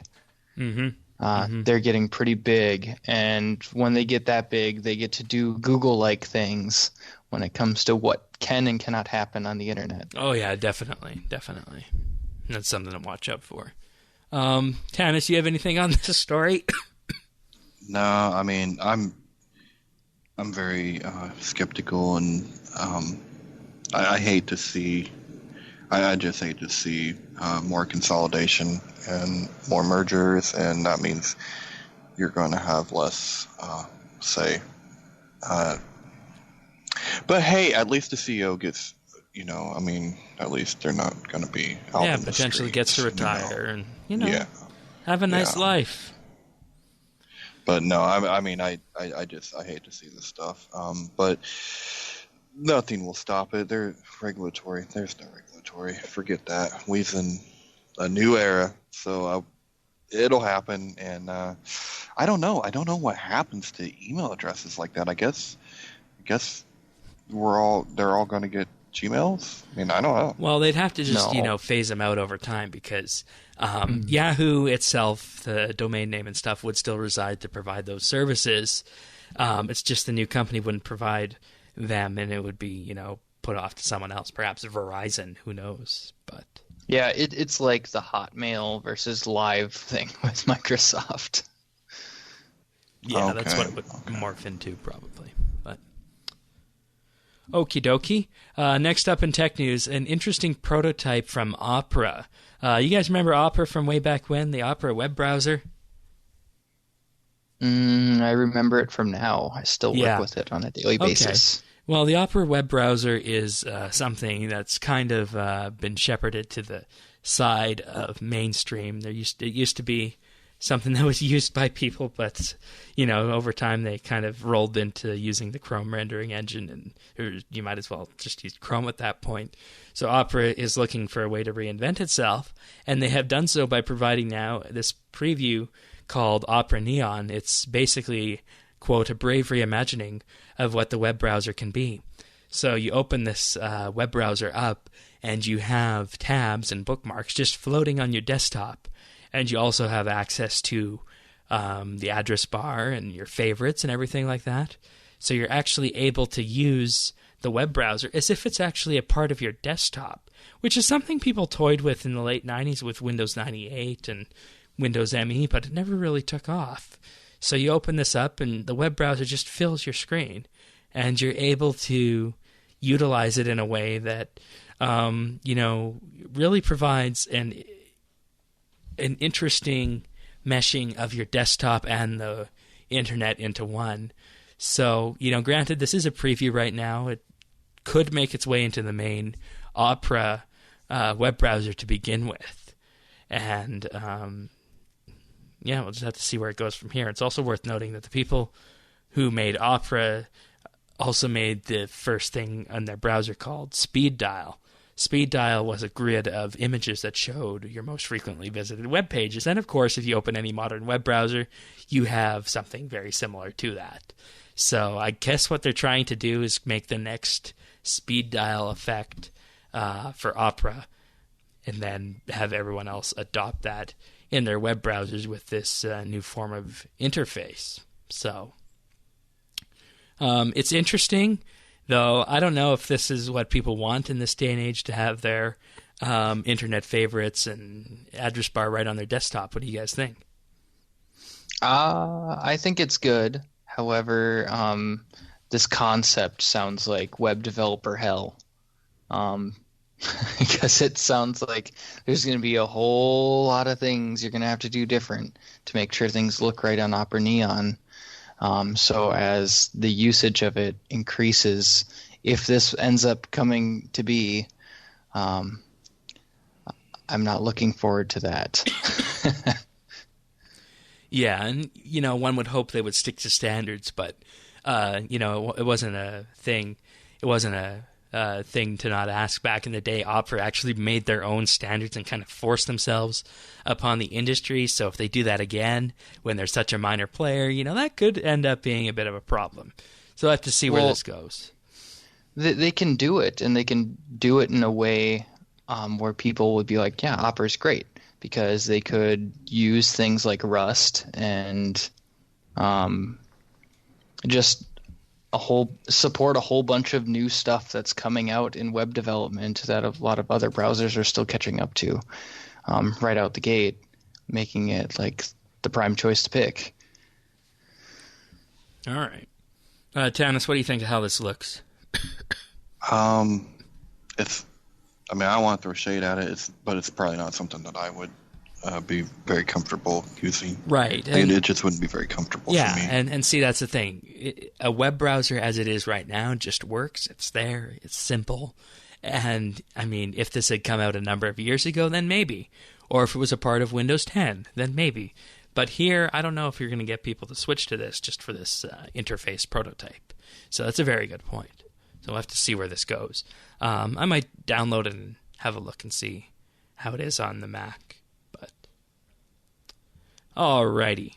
Last week was also the Consumer Electronics Show, and NVIDIA made an announcement that is, quote, going to enable gaming on any PC or Mac. So, for $25, you get 20 hours of gameplay on a GTX 1060 PC or 10 hours on a GTX 1080 PC. A free trial will be available. So what happens is you subscribe to the service for that monthly price, and then you will be able to play any game that you own, including ones from Steam, Origin, Battle.net, and you basically get access to a cloud computer over the internet with a virtual Windows desktop, and then you can just play games on it, and it's streamed to your computer over the internet. So this means that if you have a Mac laptop and you want to play games, you can do it. Or if you have, an older PC and you want to play Overwatch on your PC friends, you can do that by paying this price. So it's an interesting service for NVIDIA to offer, but I don't know if people will take this up, because $25 a month is a lot.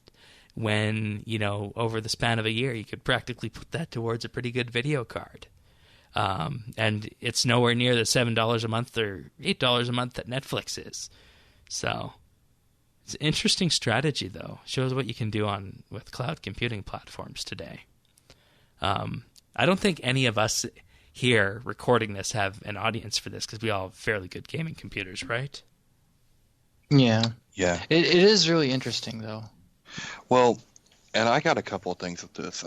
This is a real kind of double edge here. I can see a lot of good and a lot of potential, but I also see there's a downside as well. One, the price point that's off.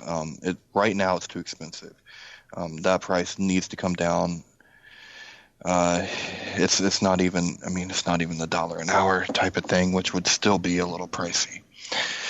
But this is, but it's good for people that can't.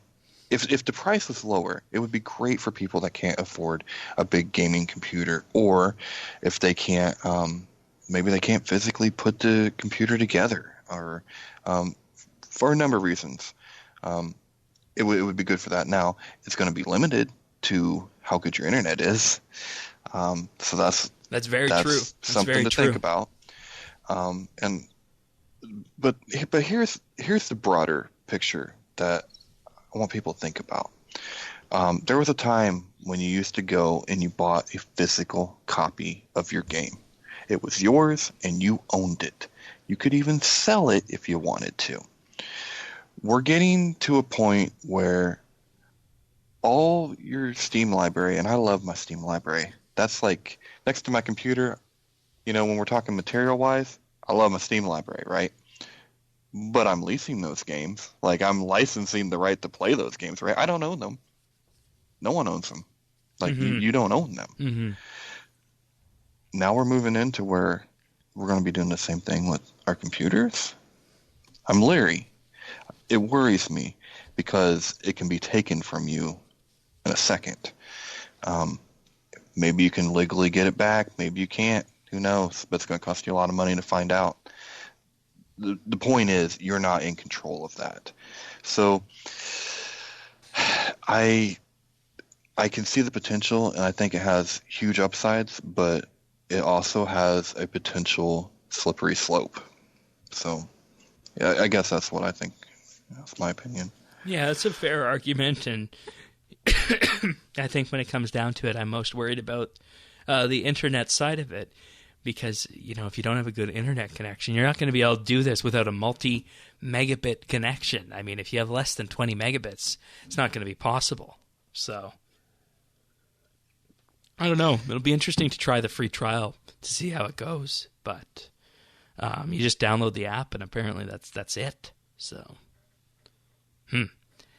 Anyways, that's pretty much all we got for tech news this week. Mr. Bistro, you have anything else on that one? No. Okay. I'm good.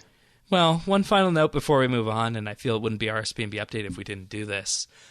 This week, Samsung has stated that over 96% of the Galaxy Note 7s that have been recalled have been returned.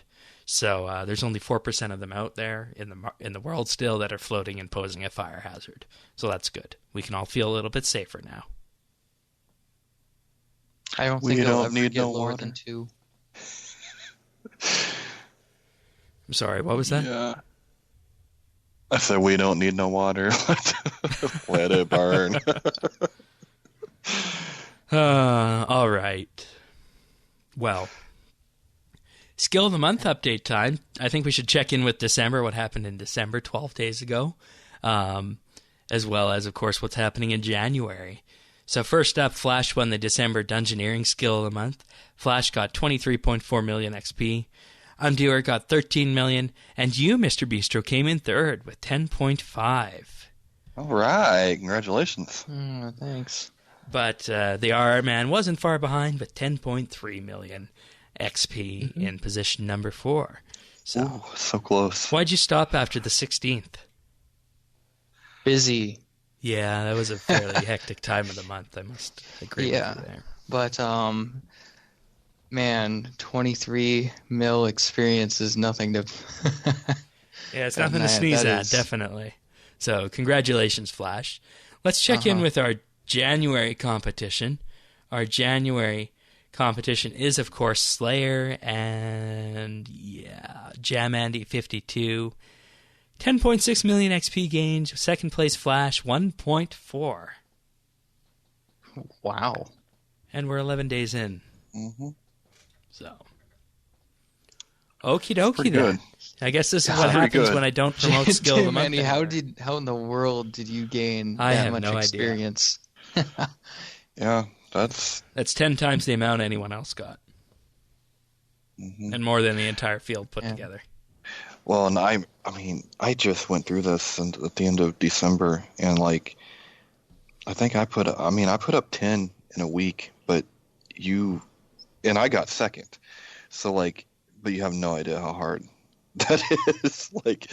I neglected my family. My little girl's like, Daddy, can you play with me? Sorry, I'm in a competition. So I mean, it can be done, but man, go Jam Andy. He's rocking.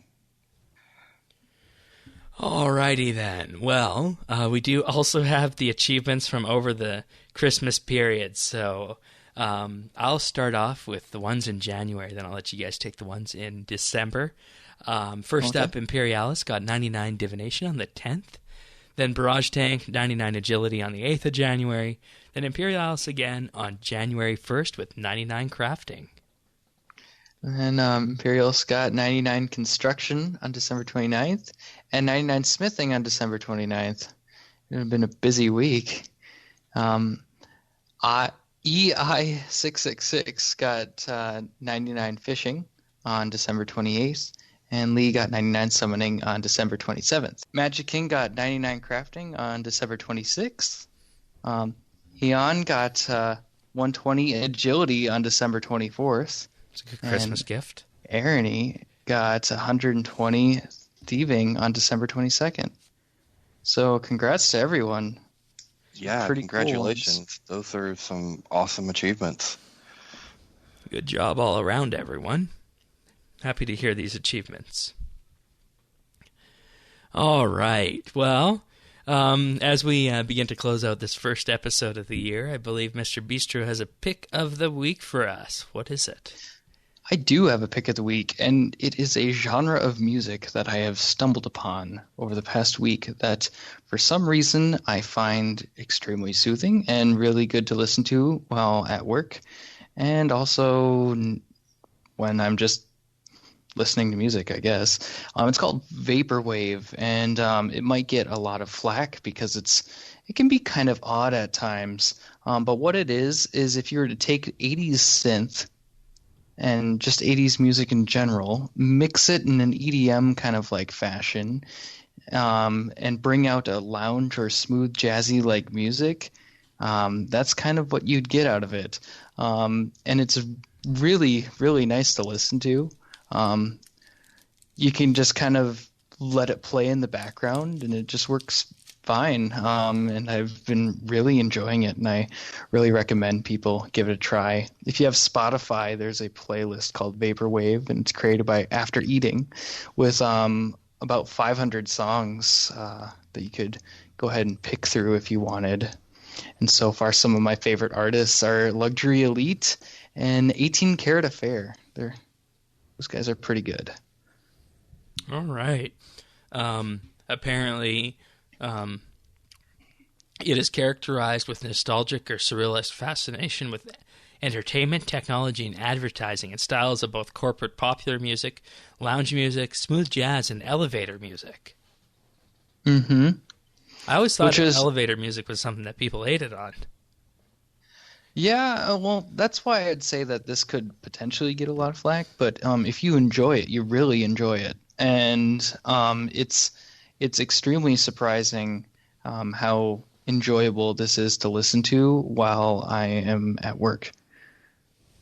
Makes the day go by much faster, so it's pretty good.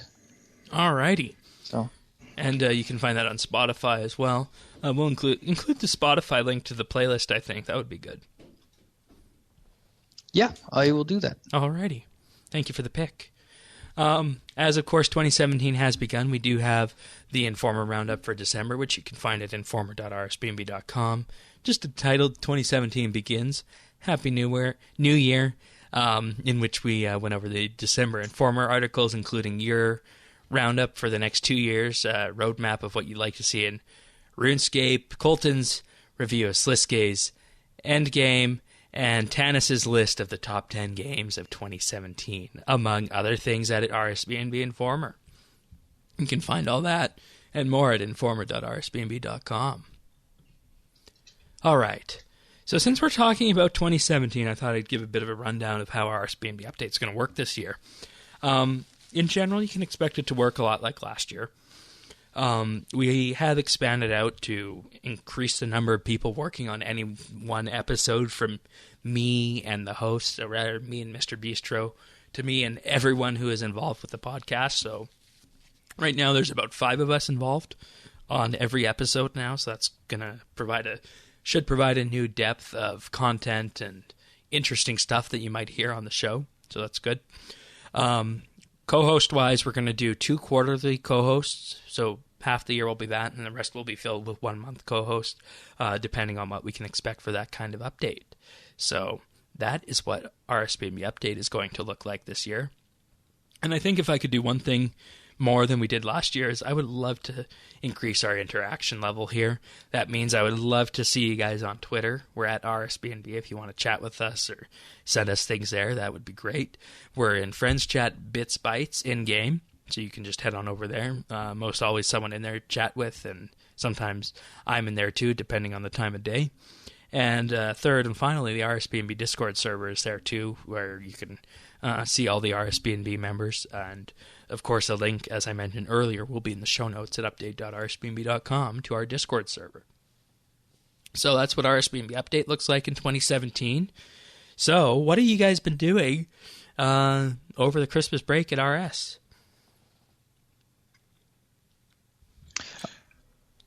I have been doing some quests to try and get to Sliskay's Endgame, and I keep running into roadblock after roadblock.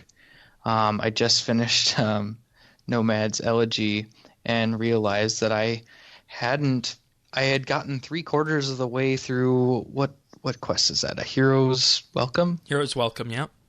Yep.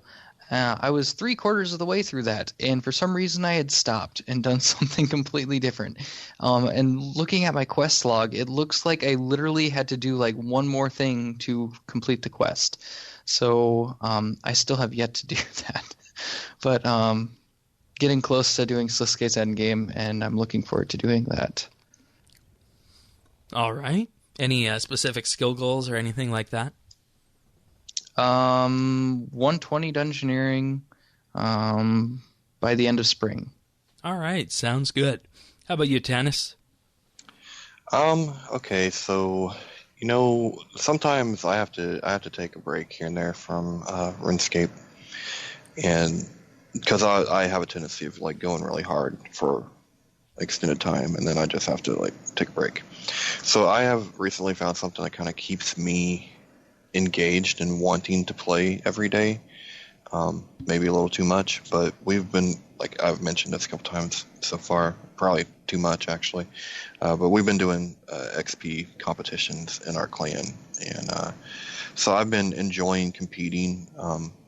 Competition seems to keep me much more engaged and happy, and keeps me playing.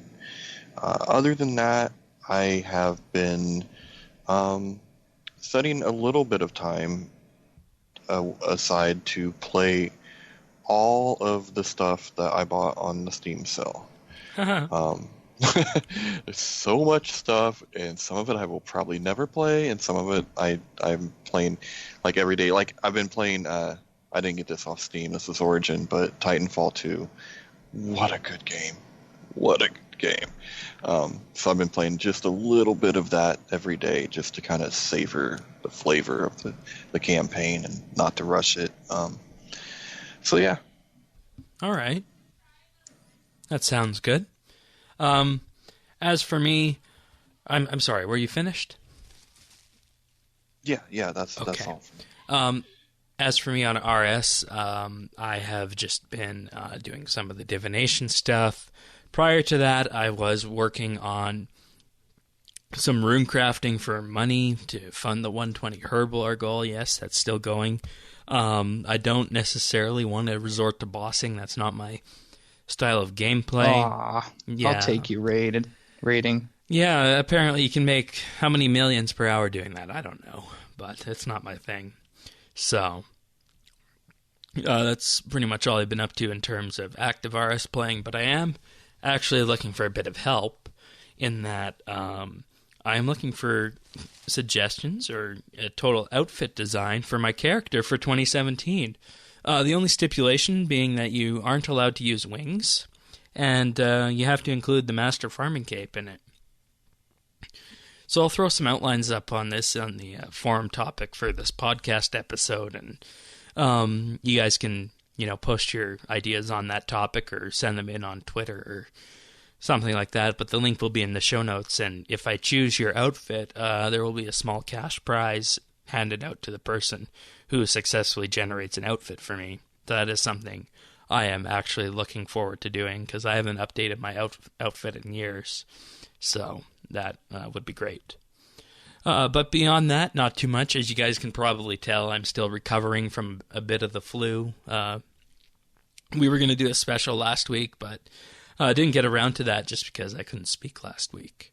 So we just took the week off, but we're back now, and you can expect RSBANDB Update to return to its normal schedule. So, anything else before we go? Nope. Alrighty then. Well, Tannis, thank you for joining us once again on RSBANDB Update. It was great having you. Oh, thanks for having me. Yeah, appreciate it. And with that being said, Mr. Bistro and I will be back next week. And thank you for sharing your time with us, and look forward to 2017.